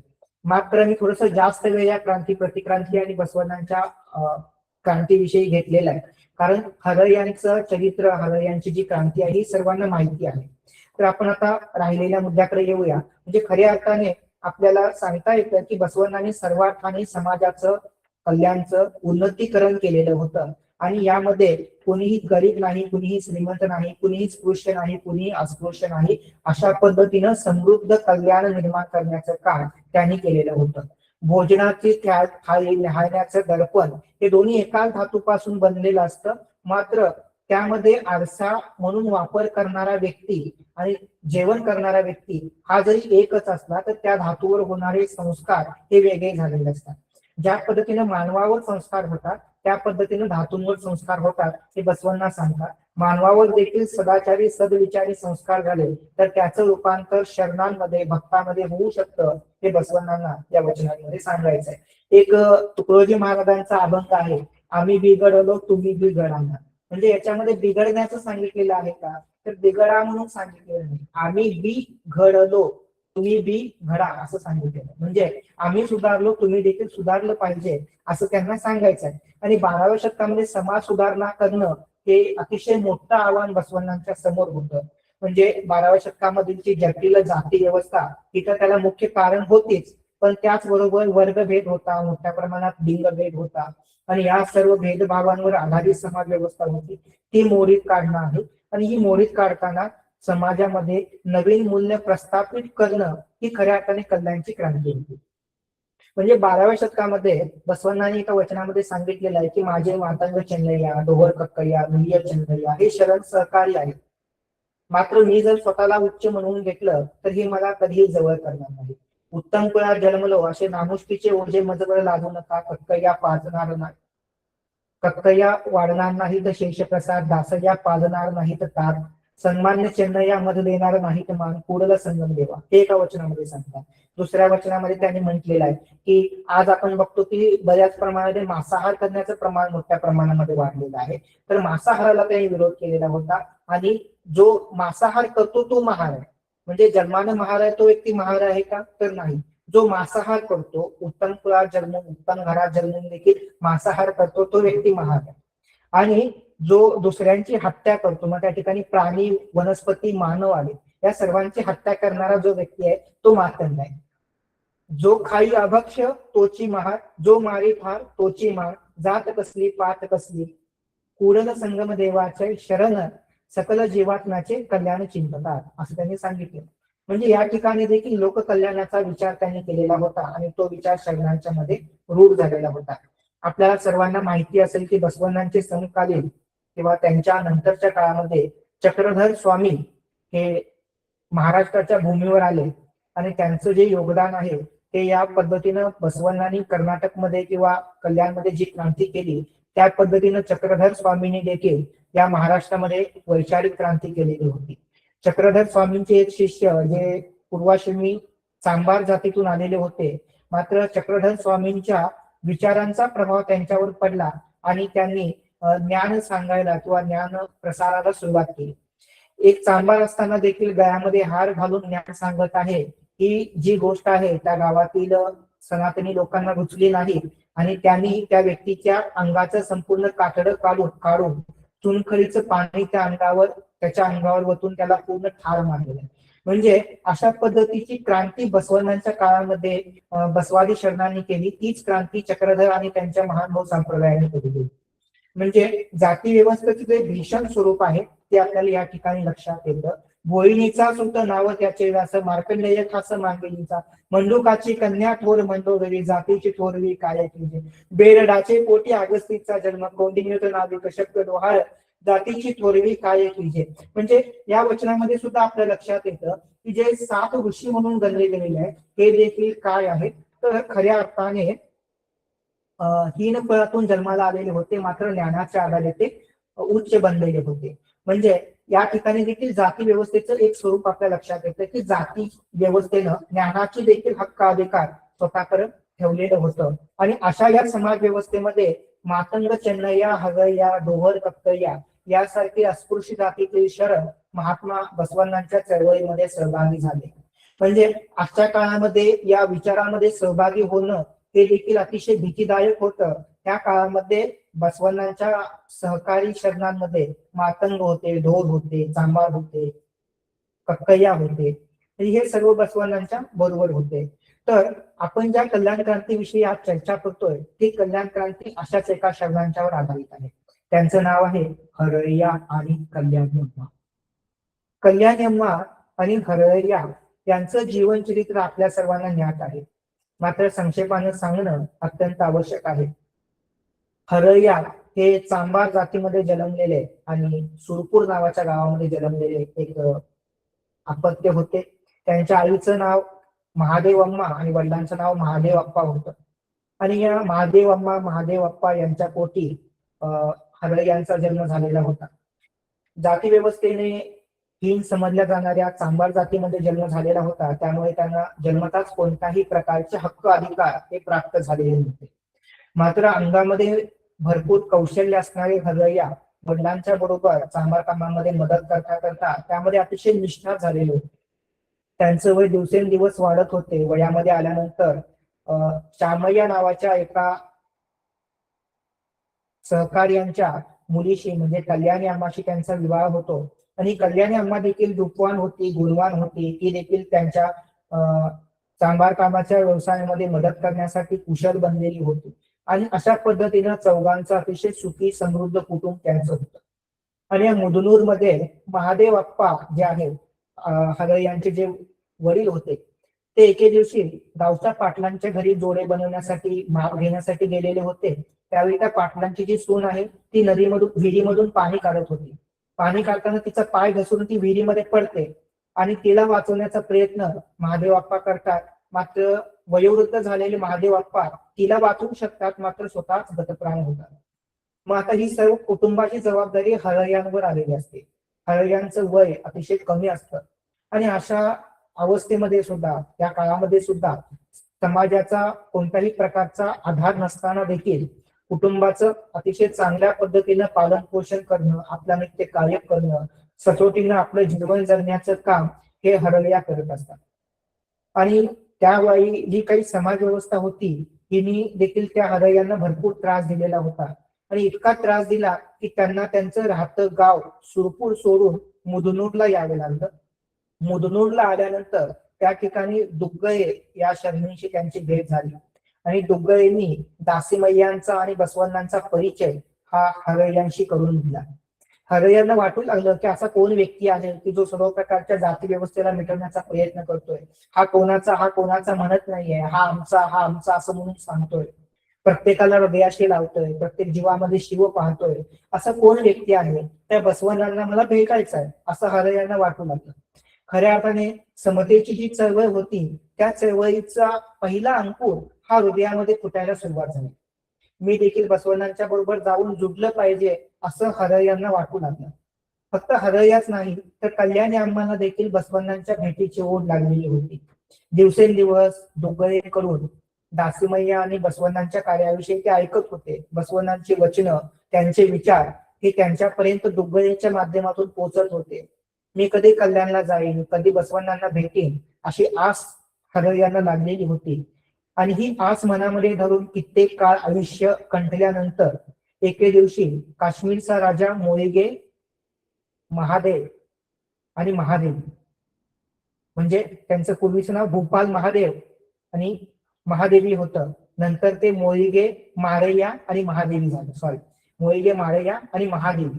तर मोळिगे मारय्या महादेवी ते मुदनूरला येतात, दुग्गळेंना भेटतात. दुग्गळे यांची ओळख हरय्या आणि कल्याणी अम्माशी करून देते. आता हे चौघं दाम्पत्य कल्याणच्या दिशेने प्रवेश करतात. कल्याणच्या दिशेने प्रवास करत करत जात असताना वाटेच्या गावामध्ये जेवढे शरणस्थळ होते, शरण राहत होते, त्या सर्वांची भेट घेतात, त्यांचं स्वागत करतात. कारण शरण परिवाराचा नियम होता की गावामध्ये येणाऱ्या शरणांची, जंगमांची सेवा करणे. म्हणजे आज आपण एखाद्या गावामध्ये जाणार असेल तर आपण पाहुण्यांना फोन करून सांगतो की उद्या आम्ही तुमच्याकडे येणार आहे. मात्र त्या काळामध्ये तशी सोय नव्हती. मात्र गळ्यामध्ये जे इष्टलिंग आहे ते इष्टलिंग आणि कपाळाला लावलेली विभूती हे खऱ्या अर्थाने ओळखीचं चिन्ह होतं. म्हणजे गळ्यामध्ये असणारं लिंग, कपाळाला लावलेली विभूती यावरून तो व्यक्ती शरण आहे याची ओळख पटत होती. आणि त्या व्यक्तीचा सर्वार्थाने आदरातिथ्य करणं हे प्रत्येक परिवाराचं कर्तव्य होतं. आणि अशा पद्धतीने प्रत्येक परिवारामध्ये ते भेटत भेटत बसवण्णा आणि शरणांच्या कार्याविषयीची माहिती घेत कल्याणला पोहोचतात. आणि त्यावेळी कल्याणमध्ये अशी पद्धत होती, आज आपण पाहिलं तर बंद व लोणी हा संपूर्णतः कल्याणच्या बाहेरचा भाग आहे. आजही त्या ठिकाणी नवीन येणाऱ्या लोकांची राहण्याची व्यवस्था होत होती. त्या ठिकाणी या चौघांची राहण्याची व्यवस्था बसवण्णा करतात. आणि नंतर संध्याकाळी हे सर्वजण अनुभव मंडपामध्ये सहभागी होतात. त्यांचा परिचय सर्व शरणांशी होतो. आलम प्रभुदेव आणि चन्नबसवण्णा त्यांची परीक्षा घेतात. या परीक्षेमध्ये हे चौघेही उत्तीर्ण होतात. आणि खऱ्या अर्थाने शरण बनण्यास पात्र आहे हे समजल्यानंतर, खात्री झाल्यानंतर त्यांच्या गळ्यामध्ये इष्टलिंग हे बांधलं जातं. हे इष्टलिंग केवळ धार्मिक चिन्ह नाहीये. आज आपण बघतो की 5-10 मिनिटाचा एखादा विधी करून ते लिंग गळ्यामध्ये बांधलं जातं. मात्र ही लिंग म्हणजे केवळ एक धार्मिक चिन्ह नाहीये. तर 12व्या शतकामध्ये ज्यांच्यासाठी मंदिर बंद होते त्या सर्वांना मंदिरामध्ये जाण्याची आवश्यकता नाही. तुम्ही तुमची पूजा करा. स्वतःचे रती सुख स्वतः भोगावे, त्या पद्धतीनं स्वतःची पूजा स्वतः करावी म्हणून बसवण्णाने दिलेला एक मध्यम मार्ग होता. आणि हा खऱ्या अर्थाने वैदिक व्यवस्थेला मोठी चपराक होती. कारण वैदिक व्यवस्थेला एक पर्याय म्हणून देखील बसवण्णाने काय केलं होतं, मंदिर नाकारलं. मंदिराला पर्याय म्हणून गळ्यामध्ये इष्टलिंग हे दिलेलं होतं. म्हणजे खऱ्या अर्थाने इष्टलिंग हे सामाजिक क्रांतीचं एक माध्यम होतं. व्यक्तीच्या मनामध्ये एक प्रकारचा उत्साह निर्माण करणारा, आत्मविश्वास निर्माण करणारं ते एक माध्यम होतं. आणि हे इष्टलिंग त्या चौघांच्या गळ्यामध्ये बांधलं जातं. आणि त्यानंतर त्या अनुभव मंडपाच्या अधिकृत सभासद होतात. काही दिवस कल्याणमध्ये राहतात, आपलं जीवन कष्टतात. आणि त्यानंतर कल्याणच्या किंवा शरणांच्या नियमानुसार ते देखील आपला सत्यशुद्ध कार्य करतात. तर हे कोणत्या प्रकारचे कार्य करत होते, तर हरया हे समाज उपयोगी असणारे त्यांचं जे काही सांबार कामाचं कार्य आहे तेच करताना आपल्याला दिसतात हरया आणि कल्याणी अम्मा. आणि भूपाल महादेव आणि महादेवी हे मात्र आपल्या पूर्वाश्रमीचं नाव, राज्य सर्व काही त्याग करून मोळिगे मारय्या आणि महादेवी या नावाने तिथे राहतात. आणि जंगलातून मोळी तोडून आणणे आणि विकणे हा व्यवसाय ते करतात. म्हणजे खऱ्या अर्थानं त्यांच्यामध्ये मोठ्या परिवर्तन झालेलं होतं हे आपल्या लक्षात येतं. म्हणजे 12व्या शतकामध्ये वेश्यांचं परिवर्तन झालं, वेश्यांच्या बरोबर चोरांचं परिवर्तन झालं, दरोडेखोरांचं परिवर्तन झालं. याच बरोबर 12व्या शतकामध्ये दारू विकणाऱ्या हिरद मारय्यांचं परिवर्तन झालं. तो देखील वाटसरूंच्या सेवेसाठी दूध आणि ताक विकायला लागला होता. म्हणजे खऱ्या अर्थाने समाजामध्ये ज्यांना बहिष्कृत केलेलं होतं या सर्व लोकांना समाजाच्या प्रवाहामध्ये आणण्याचं काम 12व्या शतकामध्ये बसवण्णांनी केलेलं. म्हणजे खऱ्या अर्थाने क्रांती क्रांती क्रांती काय आहे, तर क्रांती म्हणजे हीच आहे की 12व्या शतकामध्ये ज्यांना समाजाने नाकारलं त्यांना समाजामध्ये आणणं, पुराण ग्रंथांना नाकारून नवीन ग्रंथ रूढ करणं, विचारांमध्ये परिवर्तन करणं, नवीन संकल्पना रूढ करणं, ही खऱ्या अर्थाने कल्याण क्रांती होती आणि ती 12व्या शतकात बसवण्णांनी केली. आणि नंतर मग हे सर्व सभासद झालेले असतात, त्यांचं जीवन सत्यशुद्ध नित्य कार्य करत सदाचारी जीवन चालू होतं. आणि या सर्वांच्या जीवनाचा सर्वांच्यावर बसवादी शरणांच्या विचारांचा प्रभाव पडतो. आणि नंतरच्या काळामध्ये काय होतं तर महात्मा बसवण्णा एके दिवशी हरय्यांच्या घरी प्रसादासाठी जातात. हरय्यांना कळत नाही की बसवण्णांना प्रसादामध्ये काय द्यायचं. तर त्यावेळी त्यांची पत्नी कल्याणी अम्मा नाचणीची खीर, ज्याला रागी असं म्हणतात, त्या रागीची खीर व आंबील बनवतात आणि ती बसवण्णांना प्रसादामध्ये देतात. बसवण्णा ती आंबील पितात आणि संतुष्ट होतात, म्हणतात की आंबील म्हणजे अमृतापेक्षाही गोड आहे असं सांगतात. आणि नंतर बसवण्णा हरय्यांना नमस्कार करतात, हरय्या देखील त्यांना नमस्कार करतात आणि शरणू बसवण्णा म्हणतात. शरणू बसवण्णा, बऱ्याच ठिकाणी शरणू हा शब्द वापरलेला आहे, तो नमस्कार या अर्थाने वापरलेला आहे. तर शरणू बसवण्णा म्हणून नमस्कार करतात आणि बसवण्णा मात्र शिवशरण शरणू शरणार्थी हरय्या म्हणून नमस्कार करतात. म्हणजे बसवण्णांनी त्यांना 2 वेळा नमस्कार केला आणि हरय्यांनी त्यांना एकदाच नमस्कार केला होता. आणि बसवण्णा निघून जातात आणि नंतर हरय्यांच्या लक्षात येतं की बसवण्णांनी आपल्याला 2 वेळा नमस्कार केलेला आहे आणि आपण मात्र एकदाच नमस्कार केलेला आहे. ज्या व्यक्तीनं संपूर्ण समाजामध्ये आमूलाग्र बदल घडविला, अस्पृश्यांच्या गळ्यातील मडकी कमरेचा झाडू सोडून खऱ्या अर्थाने त्यांना स्वातंत्र्य दिलं, स्त्रियांना सर्व प्रकारचे स्वातंत्र्य दिलं, अस्पृश्यांना सर्व प्रकारचे स्वातंत्र्य दिलं, ज्यांनी खऱ्या अर्थाने गरीब श्रीमंत भेद नाहीसा करून शरण समाज निर्माण केला, जे एका प्रधान मंत्री पदावर विराजमान आहेत, असे बसवण्णा मला 2 वेळा नमस्कार करतात आणि त्यांच्या एका नमस्काराचं ओझं माझ्यावर झालेलं आहे असं हरय्यांना वाटतं. हरय्या एका जागी उभारतात, विचार करतात की यातून कसं बाहेर पडायचं, बसवण्णांचं हे ओझं आपण कसं कमी करायचं. काही काळ निघून जातो. कल्याणी अम्मा बाहेर येते, पाहते की बसवण्णा निघून गेलेले आहेत आणि आपला जो पती आहे तो मात्र अजून त्या ठिकाणीच उभारलेला आहे. ते विचारतात की बसवण्णा तर निघून गेले आणि तुम्ही अजून येथेच का उभारलाय, काय झालं हरय्या. त्यावेळी ते सांगतात की बसवण्णांनी मला 2 वेळा नमस्कार केला आणि मी मात्र एकदाच नमस्कार केला आणि त्यांच्या एका नमस्काराचं ओझं माझ्यावर झालेलं आहे. मग ते दोघेही विचार करू लागतात की आपण बसवण्णांना काय देऊ शकतो की जेणेकरून हे ओझं कमी होईल. बसवण्णांना फळं फुलं देऊ शकतो का. तर प्रधानमंत्री असणाऱ्या बसवण्णांना फळं फुलाचं आकर्षण काय असणार आहे. बसवण्णांना आपण सोन्याची मोहरा देऊ शकतो का. तर ज्यांच्याकडे गडगंज सोनं आहे त्या व्यक्तीला आपण सोनं काय देणार असा देखील ते विचार करतात. मग बसवण्णांना द्यायचं काय. आज आपण म्हणतो की त्यांचे माझ्यावर अनंत उपकार आहेत, माझ्या कातडीचे जोडे करून मी त्यांना घातले तरी ते उपकार फिटणार नाही, आपण फक्त म्हणतो. पण 12व्या शतकामध्ये हरय्या आणि कल्याणी अम्मानी स्वतःच्या कातडीचे जोडे बनवण्याचा निर्णय घेतला आणि कल्याणी अम्मा हरय्यांना म्हणाली आपण आपल्या कातडीचे जोडे बनवून त्यांना भेट देऊया आणि ही भेट ते बसवण्णा स्वीकारतील असा विश्वास त्यांना होता. मग ते ठरवतात. हरय्या उजव्या मांडीचे आणि कल्याणी अम्मा डाव्या मांडीचे कातडं काढून त्यापासून जोडे बनवतात आणि ते जोडे त्यांना भेट म्हणून देतात. आणि हे भेट म्हणून दिलेले जोडे बसवण्णा ओळखतात, म्हणतात अरे देवा, हे जोडे कोणत्याही प्राण्याच्या कातड्याचे नाहीये, तर हे जोडे आमच्या शिवशरण हरय्या आणि कल्याणी अम्मांच्या कातडीचे आहेत. शरणांचं चर्म हे शिवाच्या चर्माप्रमाणे आहे आणि हा प्रसाद आहे म्हणतात आणि ते डोक्यावर ठेवतात आणि नमस्कार करतात. हरय्या आणि कल्याणी अम्माला अश्रू अनावर होतात.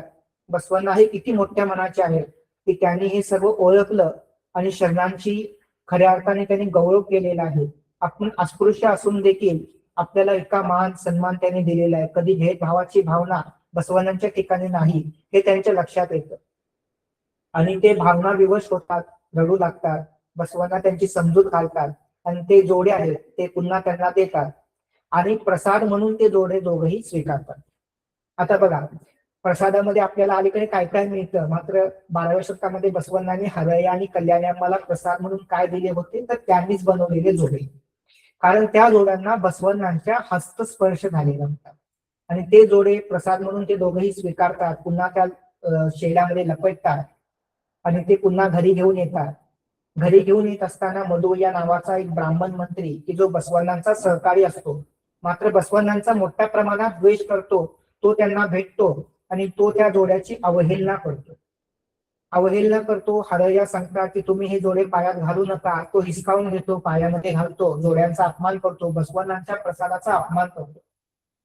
म्हणजे बसवण्णांच्या भक्तीमध्ये शरणांना इतकी ताकद प्राप्त झालेली होती की ते जोडे मधुवय्यांनी पायात घातले आणि त्याच्या शरीराचा दाह चालू झाला. वेगवेगळे वैद्य झाले, हकीम झाले, ते दाह शमन. मग त्यांची एक मुलगी होती, लावणी होती, ती गेली हरयांच्या घरी, सांगितले की तुमच्या जोड्यांचा अपमान केला आणि बाबांना खूप त्रास होतोय, काहीतरी उपाय सांगा, मी तुम्हाला शरण आले. त्यावेळी हरया विचार करतात की आपल्याकडे कोणत्याही प्रकारचं औषध नाहीये, तर यांना औषध म्हणून नक्की काय द्यायचं.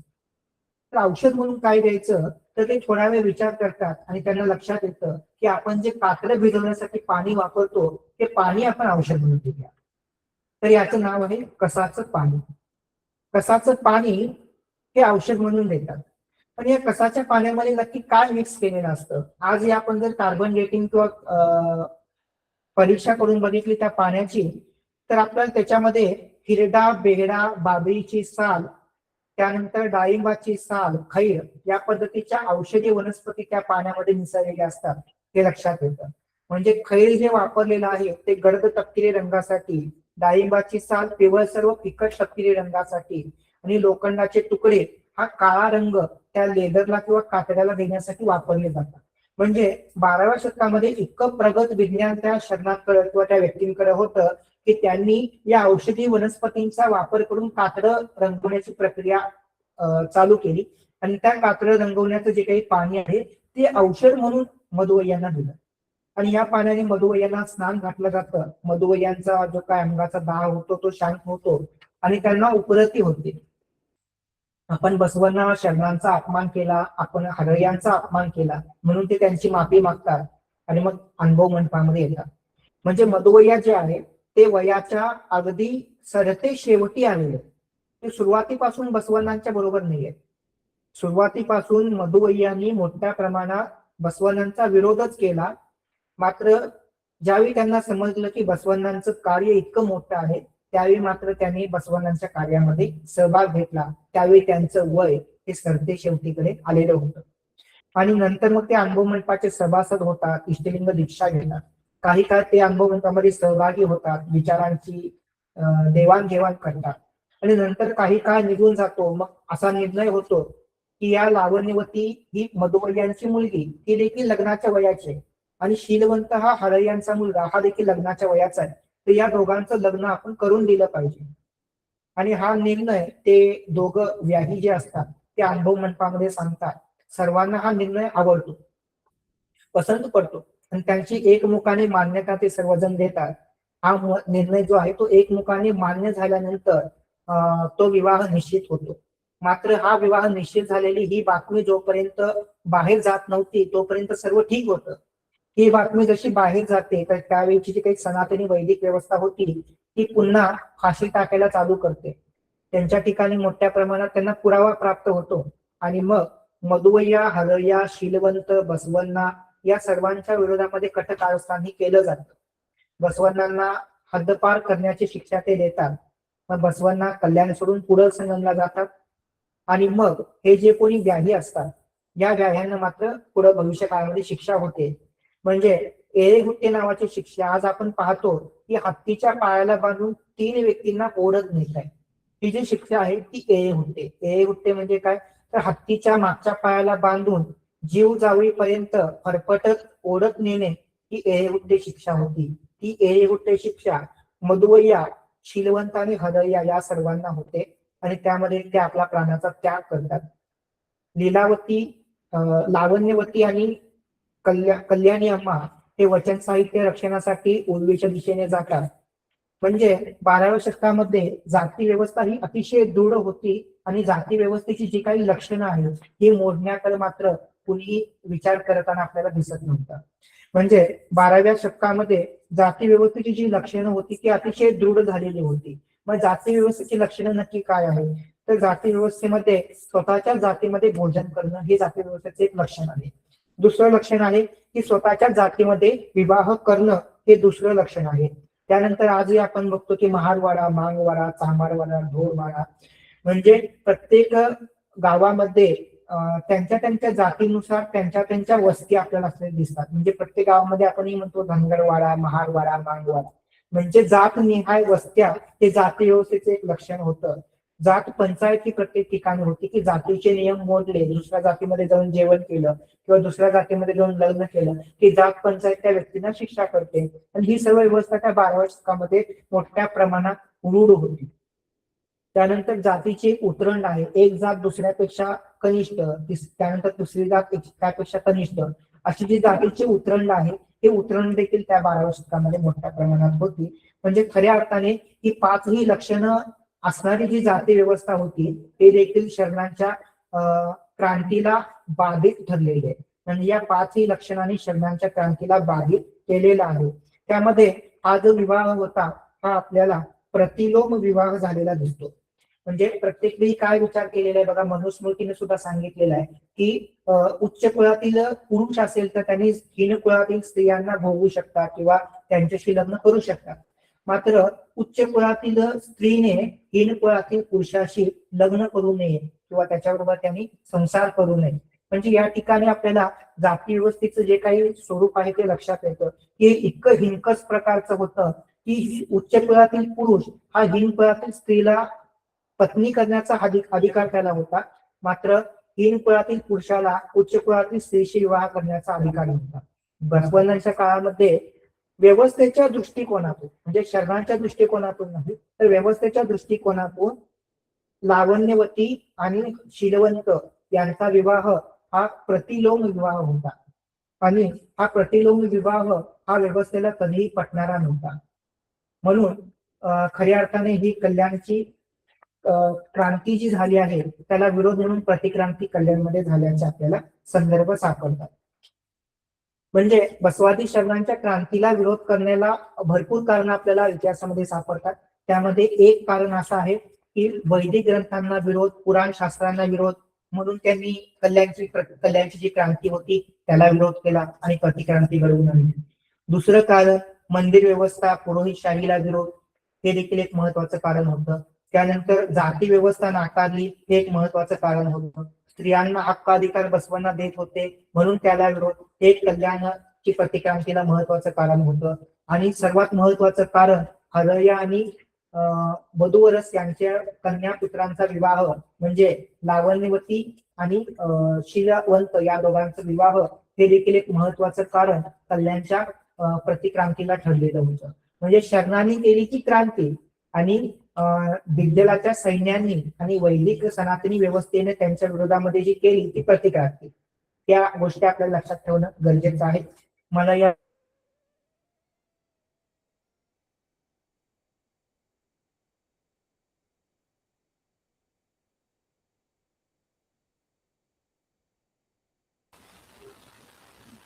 अभिषेक दादा नेट गेलाय का? आवाज नाही येते.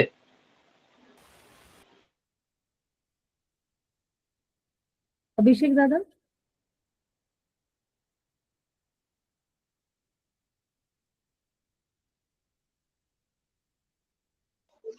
त्यांचं काहीतरी नेटवर्कचा प्रॉब्लेम होतो म्हणून.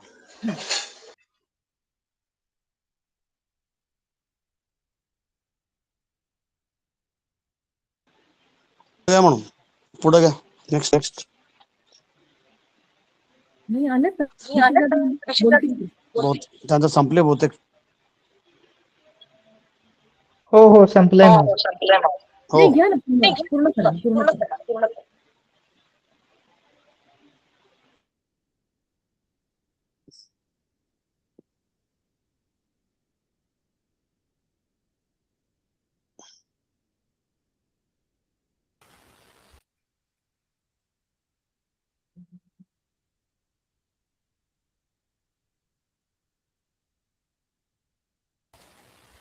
अभिषेक दादांकडे टेक्निकल प्रॉब्लेम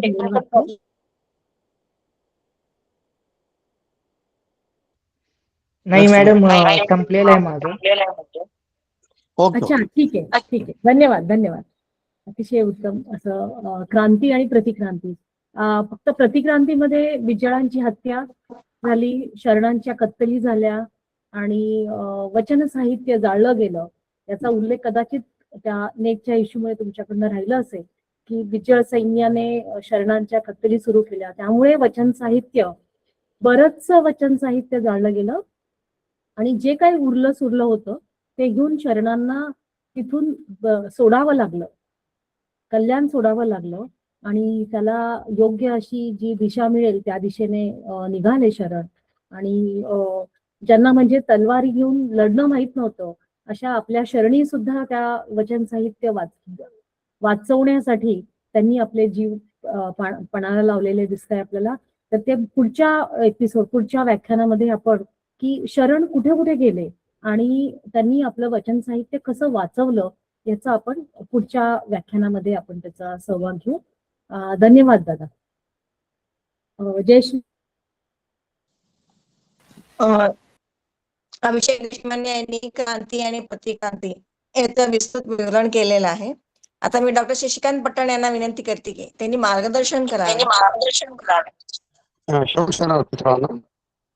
अभिषेक दादा म्हणजे आपलीपेक्षा मला असं वाटतं 25-30 वर्ष लहान आहे, परंतु त्यांचं विद्वत्व खूप मोठं आहे, त्यांचं योगदान पण खूप मोठं आहे. कल्याण क्रांतीचं चळवळ कसं झालं, काय झालं व्यवस्थित सांगितले त्यांनी.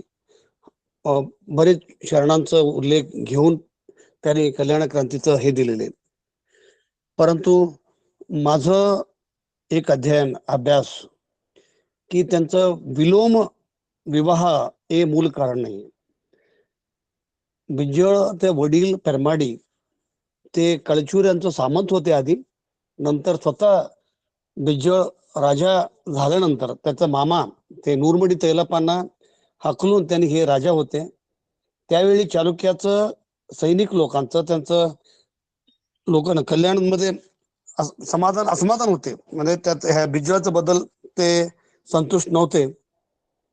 आणि हे कारण घेऊन पुढे घेऊन हे ब्राह्मण लोकांनी काय केले, म्हणजे याच मधुवरसांचा मुलगी लावण्या पण लिंग धारण केली होती. हरळयांचा मुलगा ते शीलवंत पण म्हणजे लिंग धारण केले होते. म्हणजे दोन्ही कडे लिंग धारण झाले असतील तर ते हे विलोम कसं काय होते. ह्यांनी एक कारण केले. तिथं काय आहे ना, बसवण्णांनी खूप परिवर्तन केले होते. खूप म्हटलं तर सगळं सामाजिक, नैतिक, राजकीय, आर्थिक सगळं हे करून त्यांनी क्रांती केले होते. ह्यामुळे ते पुरोहितशाही लोकांचं सगळं दुकानदारी बंद झालं होते. म्हणजे काय भगवान म्हणजे मंदिरचं म्हणा, पूज्य हवाना सगळं बंद झालं होते. हे सगळं लोकांनी हे एक कारण मुद्दा पुढे घेऊन त्यांनी क्रांतीचं स्वरूप दिलेले. म्हणजे हे हठात क्रांती, हे हत्याकांड झालं त्यामुळे झालं. आणि दुसरं एक नुलिय चंद याचं म्हटलं की त्यांनी लिंग पाणीमध्ये पडलं. ते हे काय 16वी शतकामध्ये आलेले शून्य संपादनेमध्ये हे सगळं कथा आहे आणि सगळं वास्तविक होऊ शकत नाही. म्हणजे आम्ही आता बसवण्णाचा विचार करणार, बसवण्णाचा विचार म्हणजे सगळ्याकडे हे करणार, आम्हाला एक निर्दिष्ट हे पाहिजे की लिंग कसं काय माणूस होऊ शकतो. म्हणजे बरेच लोकांचं हे आहे की हे सगळं म्हणजे 16व्या शतकामध्ये शैववादी लोकांनी हे आतमध्ये असं खोटं कथा हे करून तरी भजन कीर्तन प्रार्थना तर करते ना, बरेच लोकांनी करते. आम्हाला वाचायला 14,000 वचन आहे, आम्ही सगळं सोडून भजन कीर्तन करतो. हे सगळं चुकीचं आहे. आणि त्यांनी हे बाकीचं शरणांचं परिवर्तन झालेले, that is the biggest turnout in the Kalyan ancient history. म्हणजे हे मुद्दाम हे ब्राह्मणशाही नाही म्हणा, पुरोहितशाही लोकांनी कल्याण क्रांतीचं विरूप करण्याचा खूप प्रयत्न केले. म्हणजे 900 वर्ष केले, अजून करते, पुढे पण करते, म्हणजे अजून चालू आहे. म्हणजे हे विद्रोह साहित्याचं एक संपूर्ण विरूप करण्याचा प्रयत्न त्यांनी केलेले आहे. त्यामुळे आम्हाला इथं एक विचार करायचा की अरिवे गुरु आचार्य वे लिंग अनुभवे जंगम. गुरु व्यक्ती नाही, लिंग वस्तू नाही, जंगम जाती नाही. परंतु आपली आता काय झालं, सगळं मठ म्हणा, कावी म्हणा, भगवा म्हणा, हे आपली धर्मच नाही, आपली दाम्पत्य धर्म आहे. म्हणजे हे मोठं क्रांती केलेली त्यांनी. आणि शून्य संपादनामध्ये आलेले सगळं स्टोरी, म्हणजे बरेच स्टोरी त्यांनी सांगतात. ते स्टोरी कथा, फक्त कथा, म्हणजे त्यावेळी जैन बौद्ध बाकी लोकांचं बरोबर ह्यांचं स्पर्धा करायचं होते हे लोकांनी. आणि प्रौढदेवरायांनी खूप मदत करत होते. लिंगायत साहित्याचं कोणी लिहिले तर त्यांना बहुमान, पुरस्कार, पैसे सगळं देत होते. म्हणून सगळं हे असं मनोरंजनसाठी नाही तर मोठं करण्यासाठी, वैभवीकरण करण्यासाठी हे लोकांनी लिहिले. आणि Kalyan Kranti it is a perfect revolution, the परिपूर्ण क्रांती. जयप्रकाश नारायण म्हणा, कार्ल मार्क्स म्हणा. आता काय क्रांती म्हटलं तर जागतिक मंचावर, आम्ही फक्त कर्नाटक, महाराष्ट्र, तमिळनाडू, केरळा हेच नाही. म्हणजे मॅग्ना कार्टा, आता इंग्लंडाचं पार्लिमेंट सिस्टम ते उभा केलेली, ते स्वतः म्हणते बसवण्णा आणि त्याचं शरणांनी 12व्या शतकामध्ये एक मोठं क्रांती केले. ते स्त्री समानता आणलेले, जाती निराकरण केलेले, विग्रह पूजा निराकरण केले.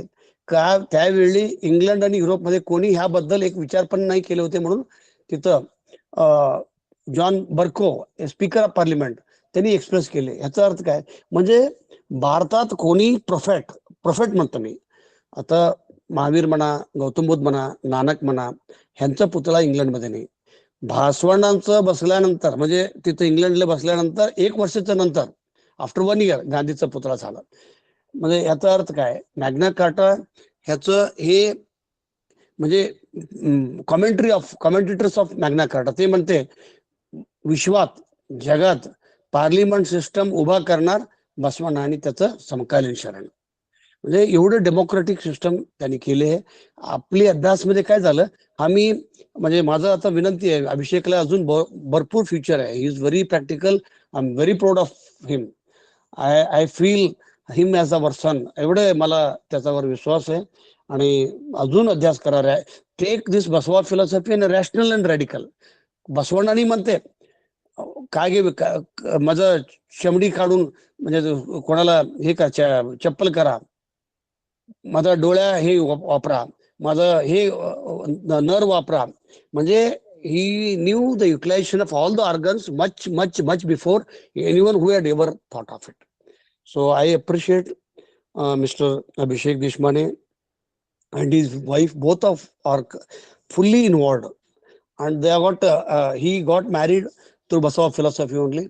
आणि खऱ्या अर्थाने अजून आपल्याकडे एक वाक्य आहे, award for the good work is an extra work. ह्यावेळी त्यांनी केले, वर्षाला 2-3 असा विषय घेऊन त्यांनी मुद्दाम. आणि वचनामध्ये विज्ञान, वचनामध्ये वैद्यकीय शास्त्र, वचनामध्ये कृषी, वचनामध्ये आर्थिक, वचनामध्ये राजकीय तर नीती, असं वेगळं वेगळं विषय घेऊन त्यांनी केले. तर म्हणजे कर्नाटकामध्ये भारत बसवण्णानी ह्या समजा बसवण्णानी कर्नाटक, महाराष्ट्र, इंडिया सोडून बाहेर इंग्लंडमध्ये कुठं जन्म झाला असतील तर जगात एकच धर्म झाला असते, ते बसव धर्म. एवढे सांगून मी थांबतो. धन्यवाद. अभिषेक दादा हँड रेज केलं तर बोला.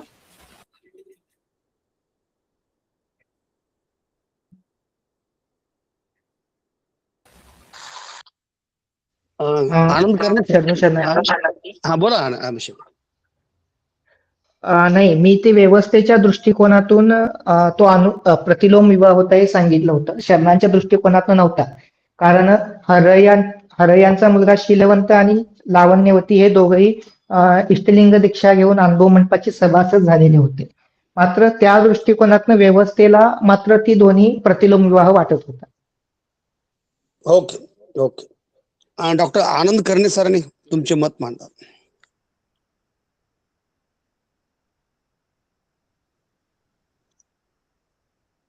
करणे सर, डॉक्टर करणे सर. सर्वांना शरणार्थी. मी सध्याला मुंबईला आहे. आज निश्चितच आता जे अभिषेक देशमाने यांनी खूप सुंदर पद्धतीनं विश्लेषण केलेलं आहे. ठीक आहे, वेळेअभावी तेवढ्या डिटेल्स मध्ये त्यांना जाता आलं नसेल कदाचित, पण त्यांनी वचनाचे जे दिलेले संदर्भ आहेत ते अतिशय महत्वपूर्ण होते आणि त्यांची मांडणी जी आहे तर संशोधनात्मक ढाच्यात निश्चितच थोडासा कमी आहे. व्याख्यान पद्धतीने त्यांनी खूप सुंदर मांडणी केलेली आहे. आपण डॉक्टर पठण सरांनी जे म्हटलं की बसवण्णाच्या फिलॉसॉफीकडे आपण आता कोणत्या नजरेनं पाहायला पाहिजे, मला वाटतं ती दृष्टी आता प्रत्येकामध्ये आली पाहिजे. त्या दृष्टीनं जर आपण पाहिलं बसवण्णाच्या फिलॉसॉफीकडं तर बसवण्णा हे जागतिक कीर्तीचेच महान वेगवेगळ्या क्षेत्रात क्रांती करणारे एक महामानव होते, नेते होते, हे सिद्ध होतं आणि हे सिद्ध झालेलंही आहे. वेगवेगळ्या ब्रिटिशकालीन पुराव्यातून वेगवेगळ्या अगदी कार्ल मार्क्स पासून ते वेगवेगळ्या ह्याच्यामध्ये ते सिद्ध झालेलं आहे. आपल्या सर्वांच्या आशीर्वादाने मला सांगायला आवडेल की माणसांना प्रेरणा कशी मिळते. आज मला खरं तर अभिषेक यांच्या व्याख्यानातनं पण एक नवीन दृष्टी भेटली. अजून कोणा आपल्यातला विद्यार्थी जिवंत राहिला की ती दृष्टी मिळत असते आणि खरंच मला आनंद वाटला याचा की आपल्याला बसवणं आता या अँगलनं सुद्धा समजून सांगता येईल लोकांना. सगळ्यात महत्वाचं म्हणजे परवालाच 12 जूनला स्वामी रामानंद तीर्थ मराठवाडा विद्यापीठ या अंतर्गत माझी PhDचा थेसिस त्यांनी मंजूर केला. त्या थेसिसचं टायटलच आहे जनजीवनाचे अर्थशास्त्र आणि महात्मा बसवेश्वराचे अर्थमितीय विचार एक तौलनिक अभ्यास, असं माझं PhDचं टायटल होतं. त्या शीर्षकाच्या खाली मी 5 वर्ष जे संशोधन केलं होतं त्या संशोधनाला विद्यापीठाने मान्यता दिली. खरं तर आता तो एक स्पेशल कधीतरी व्याख्यानाचा विषय होऊ शकतो, पण त्या संशोधनामध्ये मी खास करून महात्मा बसवेश्वराच्या आर्थिक विचारासोबत महात्मा गांधी, कार्ल मार्क्स, त्याच्यानंतर डॉक्टर बाबासाहेब आंबेडकर, छत्रपती शिवाजी महाराज, छत्रपती शाहू महाराज, महात्मा फुले, मोहम्मद युनुस आणि अमर्त्य सेन अशा 10 अर्थाचा तौलनिक अभ्यास केला. आणि मला सांगायला आवडतं या 10 आर्थिक जे तज्ज्ञ आहेत त्याच्यामध्ये तर अमर्त्य सेनला नोबेल पारितोषिक भेटलेलं आहे. कार्ल मार्क्सनं तर साम्यवादी क्रांती घडून आणलेली आहे. महात्मा फुलेनं शैक्षणिक क्रांती घडून आणलेली आहे. मला या गोष्टीचा आनंद वाटतो की या 10 आर्थिक विचारवंताचा पाया हा महात्मा बसवेश्वराच्याच विचारातून जातो. हे मी विद्यापीठाला सिद्ध करून दाखवलं आणि विद्यापीठाने मला अर्थशास्त्रातील सर्वोच्च डॉक्टर ऑफ फिलॉसॉफी ही पदवी अवॉर्ड दिलेला आहे. मला याचा आनंद वाटतो. आता ही प्रेरणा कुठून भेटली, खास करून ऐकणाऱ्यांना मला निश्चित सांगायचं आहे की ही प्रेरणा कुठून भेटली असेल मला. तर मी 2019 आता मी स्वतः अर्थशास्त्र शिकवतो. मला कधी खंत वाटायची की अर्थशास्त्र शिकवतोय आपण खरं आहे, परंतु त्या अर्थशास्त्रात महात्मा बसवेश्वर म्हणा किंवा भारतीय अर्थतज्ञांचा फारसा उल्लेख दिसत नाही. महात्मा बसवेंना तर माहीतच नाही. वाईट वाटायचं, थोडं दुःख वाटायचं. पण आश्चर्यकारक असं घडलं की 2019 मध्ये या भारताच्या अर्थमंत्री डॉक्टर निर्मला सीतारामन यांनी अर्थसंकल्प मांडत असताना त्याच्यामध्ये त्यांनी कायक आणि दासोह असे 2 शब्द सांगितले आणि माझी छाती खरं तर भरून आली की अरे नाही, कायक दासोह सांगितला खरा पण त्याचं विश्लेषण केलं नाही. आणि 2019ला मी ठरवलं की आपल्याला आता याच विषयाच्या अनुषंगाने संशोधन करायचं आहे आणि झालंही तसंच. नंतर पेट एक्झामच्या माध्यमातून अर्थशास्त्रातली एक जटिल एक्झाम पेटच्या माध्यमातून माझं सिलेक्शन झालं आणि मी संशोधनाचा विषय निवडला आणि ते संशोधन सिद्ध सुद्धा केलेलं आहे. म्हणून आज जे कल्याण क्रांतीचा जेव्हा विषय येतो त्या कल्याण क्रांतीच्या विषयामध्ये आर्थिक क्रांती हा महत्वाचा उद्देश आहे मुळामध्ये.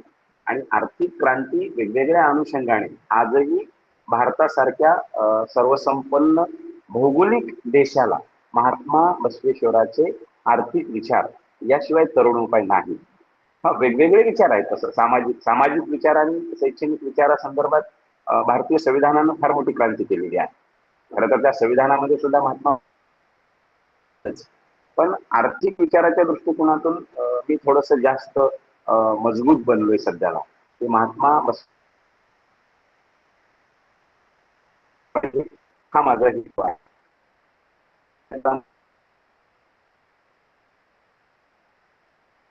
देशाच्या सर आवाज जातोय सर. ओके.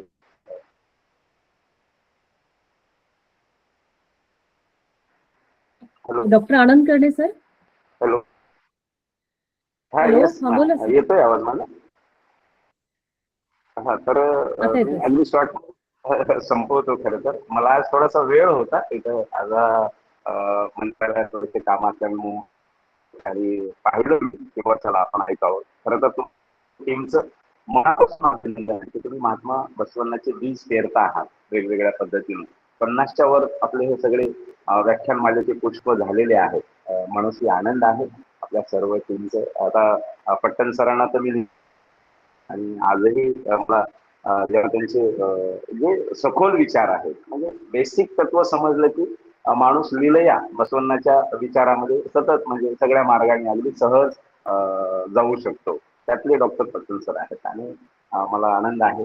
मला बोलायला पण संधी मिळालेली आहे म्हणून मी जास्तीचं फारसं न बोलता एवढंच सांगेन की येणाऱ्या काळात मी एक संगीतमय प्रोग्राम पण बनवलाय त्यावर कल्याण क्रांती गाथा या नावाने आणि पुण्यामध्ये त्याचं आयोजन पण आहे.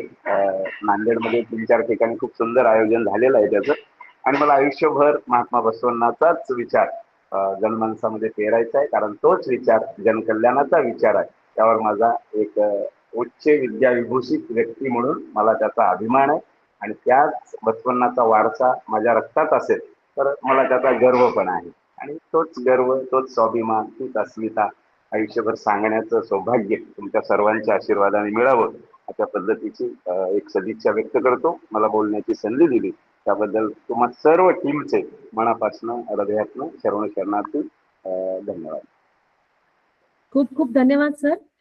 इथे सांगायला आवडेल डॉक्टर आनंद कर्णे पहिल्यांदा तुम्हाला अभिनंदन. PhD मिळाली आणि महात्मा बसवण्णांच्या तत्वज्ञानावर विचारांवरती तुम्ही प्रकाश टाकला आणि तुम्ही आपल्याकडे व्याख्याते म्हणून आलेले आहात एकदा तर तुम्हाला आम्ही परत बोलवणारच आहोत सर लवकरच. सरांनी पगू हळकटी विचारांवरती आपल्याला मार्गदर्शन दिलं होतं आणि नक्की सरांनी आता सांगितलं की त्यांचा कल्याण क्रांती हा संगीतमय असा कार्यक्रम घेतात. तर पुढच्या वेळेला जेव्हा पुण्यात असेल तेव्हा आम्ही नक्की येऊ सर. आम्हालाही आनंद होईल सर तुम्हाला भेटण्यास. धन्यवाद सर. डॉक्टर शेटकर सर बोलणार आहे त्यांना विनंती करते sir. Doctor Shetkar sir.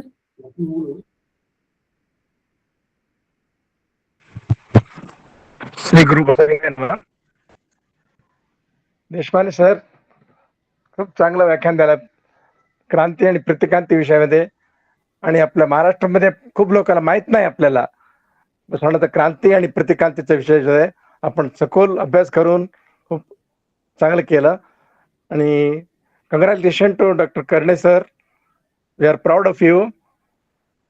I am also from Marathwada from Udgir. So it is very proud that you are involved in the Baswa philosophy and Jayashree madam सांगितले की आता तुमचा अजून एक प्रोग्राम पाहिजे आपल्याकडे. I think next program one of program will be arrange by our organization for your deliberation. Thanks to all of you.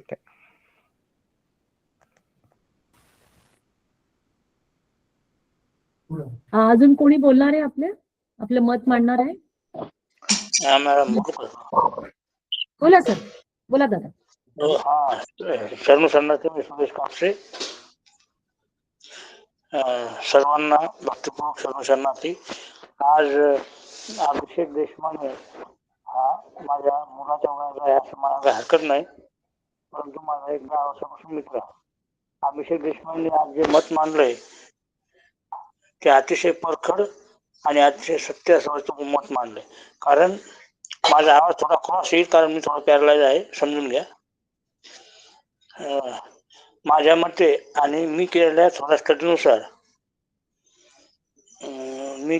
स्टडीनुसार ज्या समाजाची पोटाची भूक भागलेली नसते त्या समाजाला बुद्धीची भूक लागतच नाही. हा खऱ्या अर्थानं महात्मा बसवण्णांचा सिद्धांत आहे. म्हणजे आर्थिक समस्या सुटल्याशिवाय वैचारिक वाद सुटत नाहीत. या सिद्धांताला अनुसरून महात्मा बसवण्णांनी खरोखरच प्रथम प्राधान्य हे आर्थिक स्वातंत्र्याला दिले.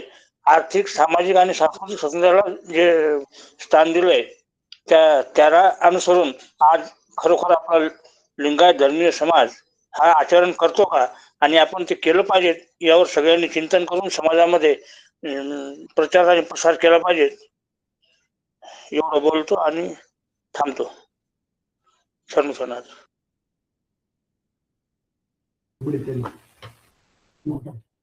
धन्यवाद धन्यवाद सर. महेश मॅडम तुम्ही बोलणार आहे आपलं मत मांडणार? जगदेवी दांडरा मॅडम. हा बोला बोला बोला बोला. ऐकू येते मॅडम? ऐकू येतंय. सर्वांना शरणू शरणार्थी. ओम श्री गुरु बसवलिंगाय नमः. थोडं मराठीमध्ये लवकर येत नाही.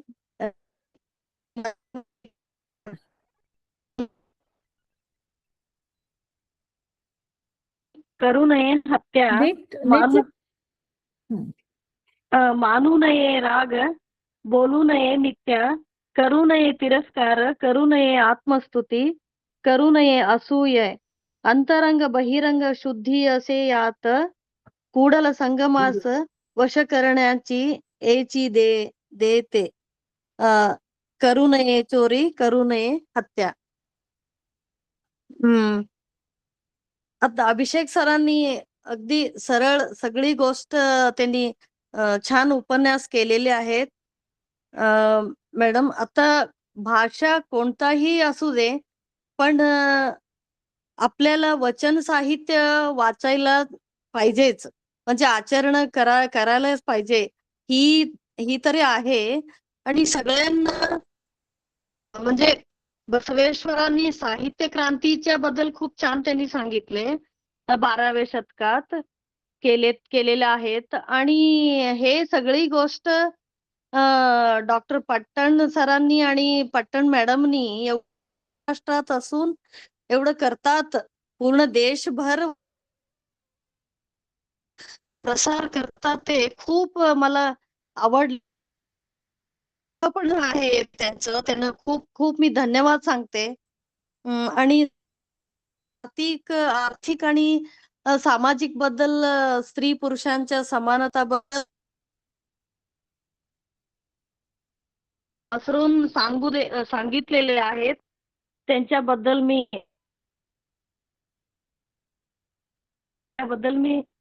धन्यवाद सांगते. शरणू शरणार्थी. धन्यवाद ताई. श्रीवंत मॅडम हात केलं, आपलं मत मांडा. शरणू शरणार्थी. मूर्ती लहान कीर्ती महान म्हणतात. खरंच आज बघायला मिळालं. अभिषेक दादा आपल्याला विश्वगुरु बसवण्णांचं कायक, दासोह, क्रांती, सदाचार, शिक्षण, धार्मिकता, स्त्रियांचं स्वातंत्र्य, विज्ञान असं विविध विषयांवर खूपच सुंदर व्याख्यान दिले. धन्यवाद दादा. तसंच हा कार्यक्रम आयोजकांनी डॉक्टर जयश्री मॅडम आणि डॉक्टर पटण सर यांना पण माझं मनापासून धन्यवाद. जे कोणी ह्या कार्यक्रमाच्या मागे हात जोडले त्यांनाही धन्यवाद. सर्वांना शरण शरणार्थी. धन्यवाद. धन्यवाद मॅडम. धन्यवाद. बोला. आणखी कोण मत मांडणार आहे आपलं? मॅडम पुढचे महिने मी म्हणजे जगदेवी दांडरा बोलते. प्रार्थना करू शकते मी, पाहिजे असले तर म्हणजे सांगू शकता आपण. हो चालेल, मी तुमच्याशी कॉन्टॅक्ट करेन. Okay madam, thank you.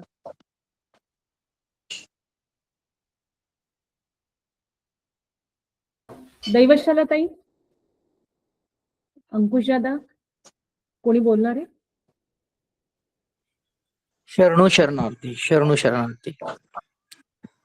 बसव ओम नमः शिवाय.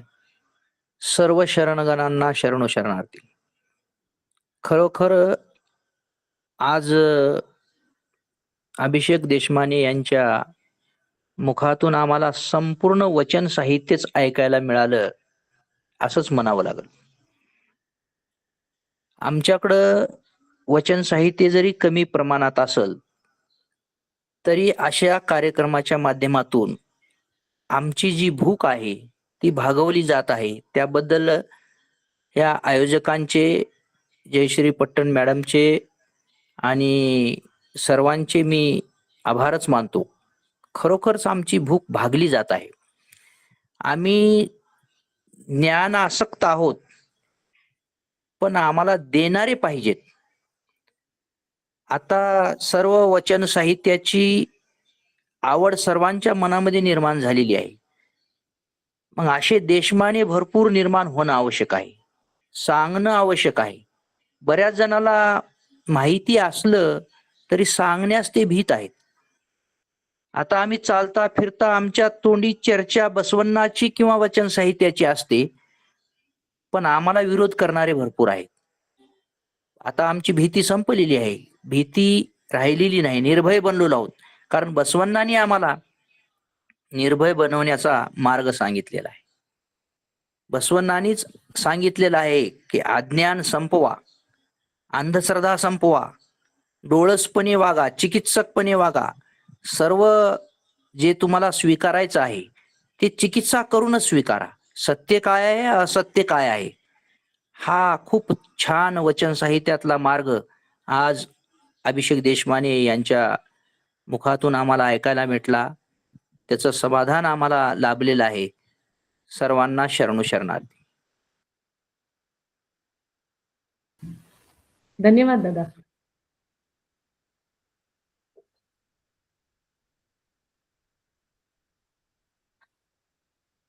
अजून कोणी बोलणार आहेत?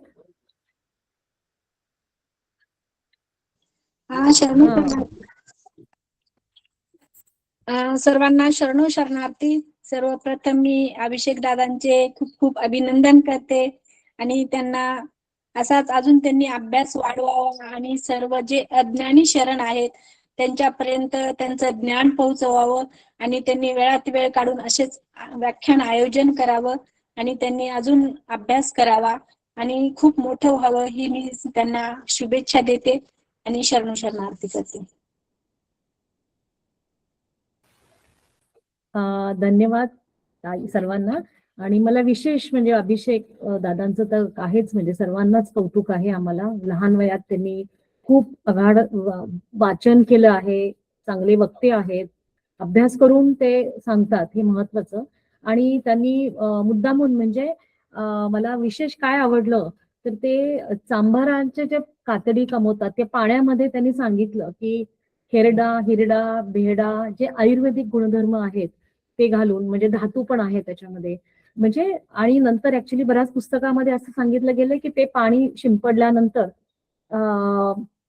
मधुवरसच्या अंगावरती जी लाही होत होती ती कमी होती. म्हणजे चमत्कारच्या दृष्टीने त्यांनी बऱ्याच पुस्तकामध्ये त्याचा उल्लेख आहे. पण आता जर सायंटिफिकली बघितलं असेल तर ते जे पाणी आहे ते अँटीबॅक्टेरियल, कारण त्याला आयुर्वेदिक गुणधर्म आहेत. आणि हे तुम्ही महत्वाचं सांगितलं की एखाद्या प्रसंगाकडे जेव्हा आपण बघतो तेव्हा त्याच्या खोलवर गेलं पाहिजे, कारण त्याच्यामध्ये आयुर्वेद घातलेलं आहे. आणि त्याच्यामुळे कदाचित त्यांना ती जी अलर्जी झाली असेल कदाचित मधुवरसला, तर ती अँटी अलर्जिक म्हणून ते पाणी शिंपडल्याचं पाणी झालं असेल, त्याचा म्हणजे परिणाम झाला असेल. आणि मग त्यांची ती वृत्ती कमी झाली, त्यांच्या ते नमन करतात बसवांना आणि हरळ्यांना. तर हा प्रसंग आपण असाही सांगू शकतो. अतिशय उत्तम, मला तो खूप आवडला. थँक्यू. महेश बोलणार आहे 2 मिनिट. महेश अंगडी, माझा जो भाऊ आहे तो लंडन मध्ये, तर ते नाही मुद्दाम आपल्या सेशन अटेंड करतात. थँक्यू. हो जरूर. धन्यवाद. मला म्हणावंसं वाटतंय की मिस्टर अभिषेक, डॉक्टर आनंद यांना या माध्यमातून मला भरपूर काही समजतं, भरपूर काही शिकायला भेटतं. आणि मी नेहमी हा सेशन अटेंड करण्याच्या मागे उत्सुक असतो. Thank you for organizing this. I'm looking forward to next one. Thank you. Thank you. आता आपण जाऊया पुढे, अजून कोणी बोलणार नसेल तर. वहिनी. हॅलो. हा बोला. बोला. हा मला बोलायचं आहे, मी बोलू शकते का? हो बोला.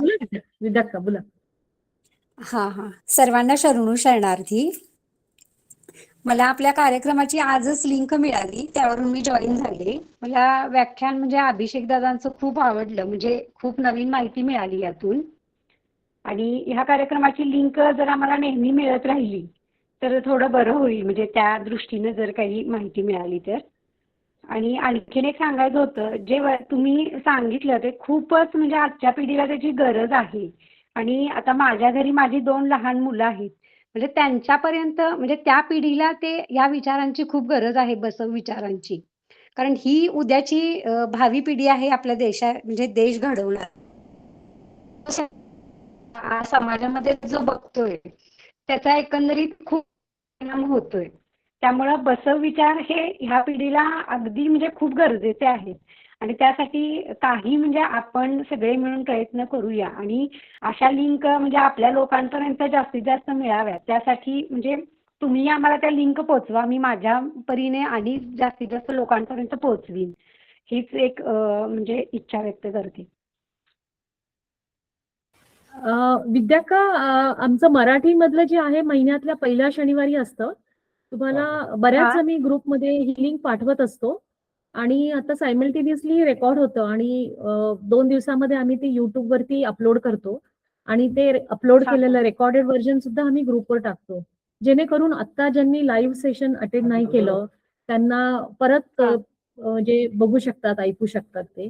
आणि आपल्या लिंगायत बंधू बांधवांना की पुरोगामी विचारांचे जे आहेत तोपर्यंत बसविचार पोहोचला पाहिजे, अशी आमची खूप प्रयत्न आहेत. आणि या सगळ्या टीम त्या प्रयत्नात असतात. सगळे टीम आपले शेअर करतात लिंक. तुम्हाला कुठून मिळाली लिंक ही, किंवा माझा नंबर देते मग मी तुम्हाला. हा ताई, तुमचा नंबर द्या मला, म्हणजे मी तुमच्याशी चॅटबॉक्स मध्ये टाकते, कॉन्टॅक्ट करेन. दिसेल का तुम्हाला?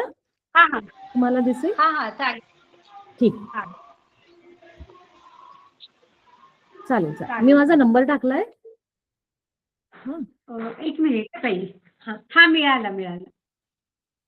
ओके ओके, चालेल. धन्यवाद धन्यवाद. तुमच्या सगळ्यांच्या सहकार्याने आपण कार्यक्रम घेतो.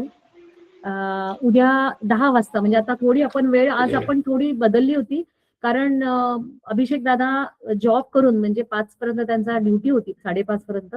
नंतर ते घरी जाऊन त्यांनी इतकं सुंदर आपल्याला व्याख्यान दिलंय, म्हणून आज 6 वाजता ठेवलंय. रविवारचं व्याख्यान जे असतं ते कन्नडमध्ये असतं, प्रत्येक शनिवारी रविवारी. फक्त पहिल्या शनिवारी मराठीमध्ये असतं. आणि उद्या 10 वाजता आहे, तर 10 वाजता उद्या जॉईन व्हा, एवढं सांगून धन्यवाद सर्वांना. आता पुढचा कार्यक्रम कोगनूर बहिणी पुढे घेऊया आपण. 12व्या शतकात महात्मा बसवेश्वरांनी आर्थिक, सांस्कृतिक, साहित्यिक, सामाजिक क्रांती केली. ती सर्वांगीण क्रांती होती. खरं तर साहित्य निर्मितीसाठी एकदम शांत किंवा स्थिर आयुष्य लागतं आणि एखाद्या राज्याला अंतर्गत आणि बाह्य शक्तीपासून सतत धोका असतो. तो सर्व महात्मा बसवेश्वरांनी त्यावेळी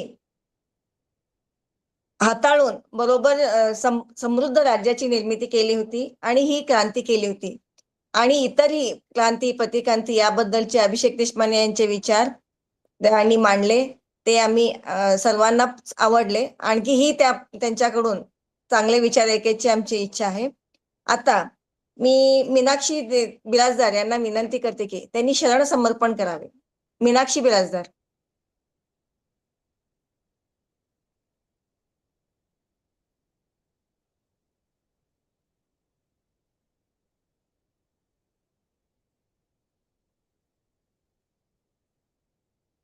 मीनाक्षी ताई, आवाज येत नाही का? हा, आला बोला. आला का? हा. वचन अध्ययन बसवमंच मराठी व्याख्यानमाला यांच्या मार्फत आजचं 52वं पुष्प हे सादर झालेलं आहे. आजचा कार्यक्रम हा शरणी लिंगैक्य ऍडव्होकेट छाया उमाकांत शेटकर यांच्या जयंतीनिमित्त हा पुरस्कृत केलेला होता. त्यामुळं उमाकांत शेटकर सर यांचे मी धन्यवाद मानते. आजचा विषय होता कल्याण क्रांतीची पाने उलगडताना. अतिथी व्याख्याते होते शरण अभिषेक देशपांडे सर. हे शरण साहित्याचे अभ्यासक आहेत. त्यांनी अतिशय आशयघन असा हा व्याख्यान आज आपल्या समोर सादर केलेला आहे. हे व्याख्यान सादर करत असताना महात्मा बसवांनांच्या पूर्वी कल्याणमध्ये काय होतं, कल्याणची परिस्थिती कशी होती, महिलांना, शूद्रांना स्वातंत्र्य हक्क नव्हते, अधिकार नव्हते, याबाबत अतिशय विस्तृतपणे माहिती सांगितली.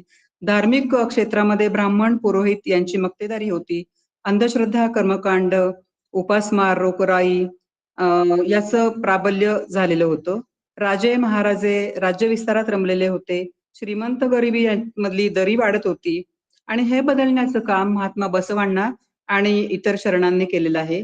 तर त्यांनी कुठं कुठं काय काय क्रांती केली आहे, तर शेतीला प्रोत्साहन दिलेलं आहे, शेतीमध्ये क्रांती केलेली आहे, सामाजिक क्रांती केलेली आहे, आर्थिक, सांस्कृतिक, साहित्य क्रांती म्हणजे वचन संपदा निर्माण करून साहित्य क्रांती केलेली आहे. तर अशी ही प्रत्येक क्रांती होत असताना पुरोगामी विचारांना विरोध करणारे जे सनातनी लोक असतात ते प्रतिक्रांती करतच असतात आणि ह्या प्रतिक्रांतीला अनेकांना तोंड द्यावं लागलं हे आपला इतिहास सांगतो. छत्रपती शिवाजी महाराजांपासून चक्रधर स्वामी, शाहू महाराज, महात्मा फुले, सावित्रीबाई फुले यांची उदाहरणं देऊन देशमाने सरांनी अतिशय विस्तृतपणे आपल्याला माहिती दिलेली आहे. आणि ह्या परत निरनिराळे राजे, काश्मीरचा राजा, वेश्या, चोर, दारू विकणारे, शूद्र, अतिशूद्र यांना इष्टलिंग देऊन समतेचं प्रतीक देऊन सामाजिक क्रांती देखील केलेली आहे. आणि त्यावेळेसची जातीची उतरंड त्याच्यामुळं ज्या व्यवस्थेला त्या व्यवस्थेमुळं इतरांना त्रास सहन करावा लागला. म्हणजे हरळयाचा मुलगा शीलवंत आणि लावण्यवती यांचा विवाह, हा विवाहामुळे म्हणजे प्रतिलोम विवाह याला मानला जातो, कारण उच्चवर्णीय मुलगी आणि शूद्र असा मुलगा होता. त्याच्यामुळं जाती व्यवस्थेला हादरे बसले आणि त्याच्यामुळं क्रांती जी झालेली होती महात्मा बसवांनांची ती सनातनी लोकांना कटकत होती आणि हा उद्रेकाचं कारण हा विवाह ठरलेला होता. याबद्दलची अतिशय विस्तृतपणे माहिती आपल्याला अभिषेक देशमाने सर यांनी दिलेली आहे. तर त्याच्याबद्दल त्यांनी वेळात वेळ काढून आणि त्यांची नोकरी सांभाळून नोकरीवरून घरी आल्यानंतर देखील अतिशय विस्तृतपणे आणि खूप चांगल्या पद्धतीने सखोल अशी माहिती आपल्याला त्यांनी दिलेली आहे. त्यांचे धन्यवाद मानते.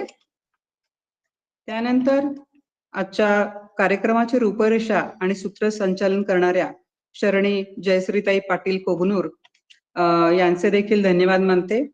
वचन प्रार्थना शरणी विद्याका मगदूम यांनी त्यांच्या गोड आवाजामध्ये नेहमीप्रमाणेच त्यांनी वचन गायन केलेलं आहे.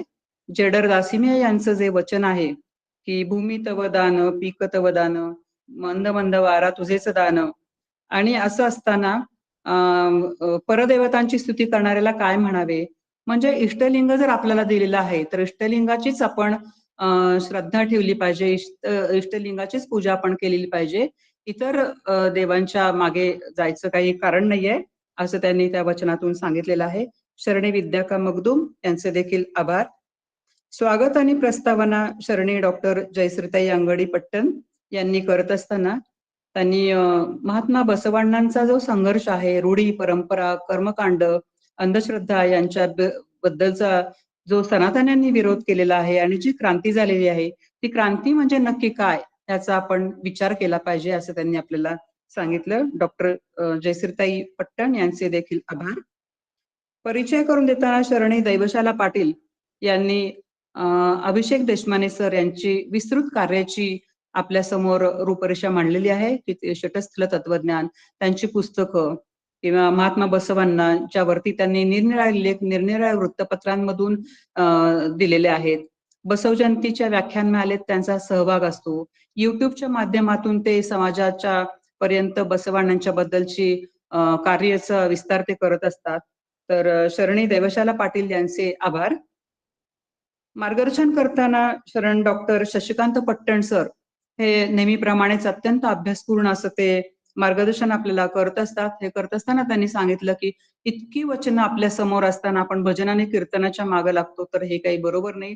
तसंच इंग्लंडमध्ये महात्मा बसवांनांचा पुतळा स्थापन केला गेलेला आहे. म्हणजे विश्वगुरु महात्मा बसवांना हे किती म्हणजे तत्कालीन मॅग्ना कार्टा वगैरे यांचं उदाहरण देखील देऊन त्यांनी आपल्याला महात्मा बसवांनाच्या पुतळ्याबद्दलचं महत्व आपल्याला त्यांनी सांगितलेलं आहे. तर डॉक्टर शशिकांत पट्टण यांच्या मार्गदर्शनासाठी त्यांचे देखील आभार. तसंच हा कार्यक्रम व्यवस्थितपणे आणि सुरळीतपणे पार पाडण्यासाठी शरणी डॉक्टर दानम्मा झळकी, शरण रुद्रमूर्ती, शरण कुमार राजांना यांचं देखील धन्यवाद. आणि हा कार्यक्रम ऐकण्यासाठी आपण श्रोते सर्व आपला अमूल्य वेळ देऊन 1 तास 1.5 तास आपण ऐकण्यासाठी आपला वेळ देत आहात तर आपल्या सर्वांचे देखील धन्यवाद. तसंच आनंद कर्णे सर यांनी देखील आपल्याला खूप चांगली माहिती दिली. त्यांनी चांगलं मार्गदर्शन केलं आपल्याला. त्याबद्दल सर्वांचे आभार मानते आणि इथेच थांबते. धन्यवाद ताई, धन्यवाद मीनाक्षी ताई, आपण छान आभार प्रदर्शन केलं आणि ते सर्व संवादामध्ये जे सहभाग झाले आणि त्यांचे पण मी आभार मानते. सर्वांचा आभार. धन्यवाद. धन्यवाद. धन्यवाद. इथं कार्यक्रम संपला असं जाहीर करतो. थँक्यू.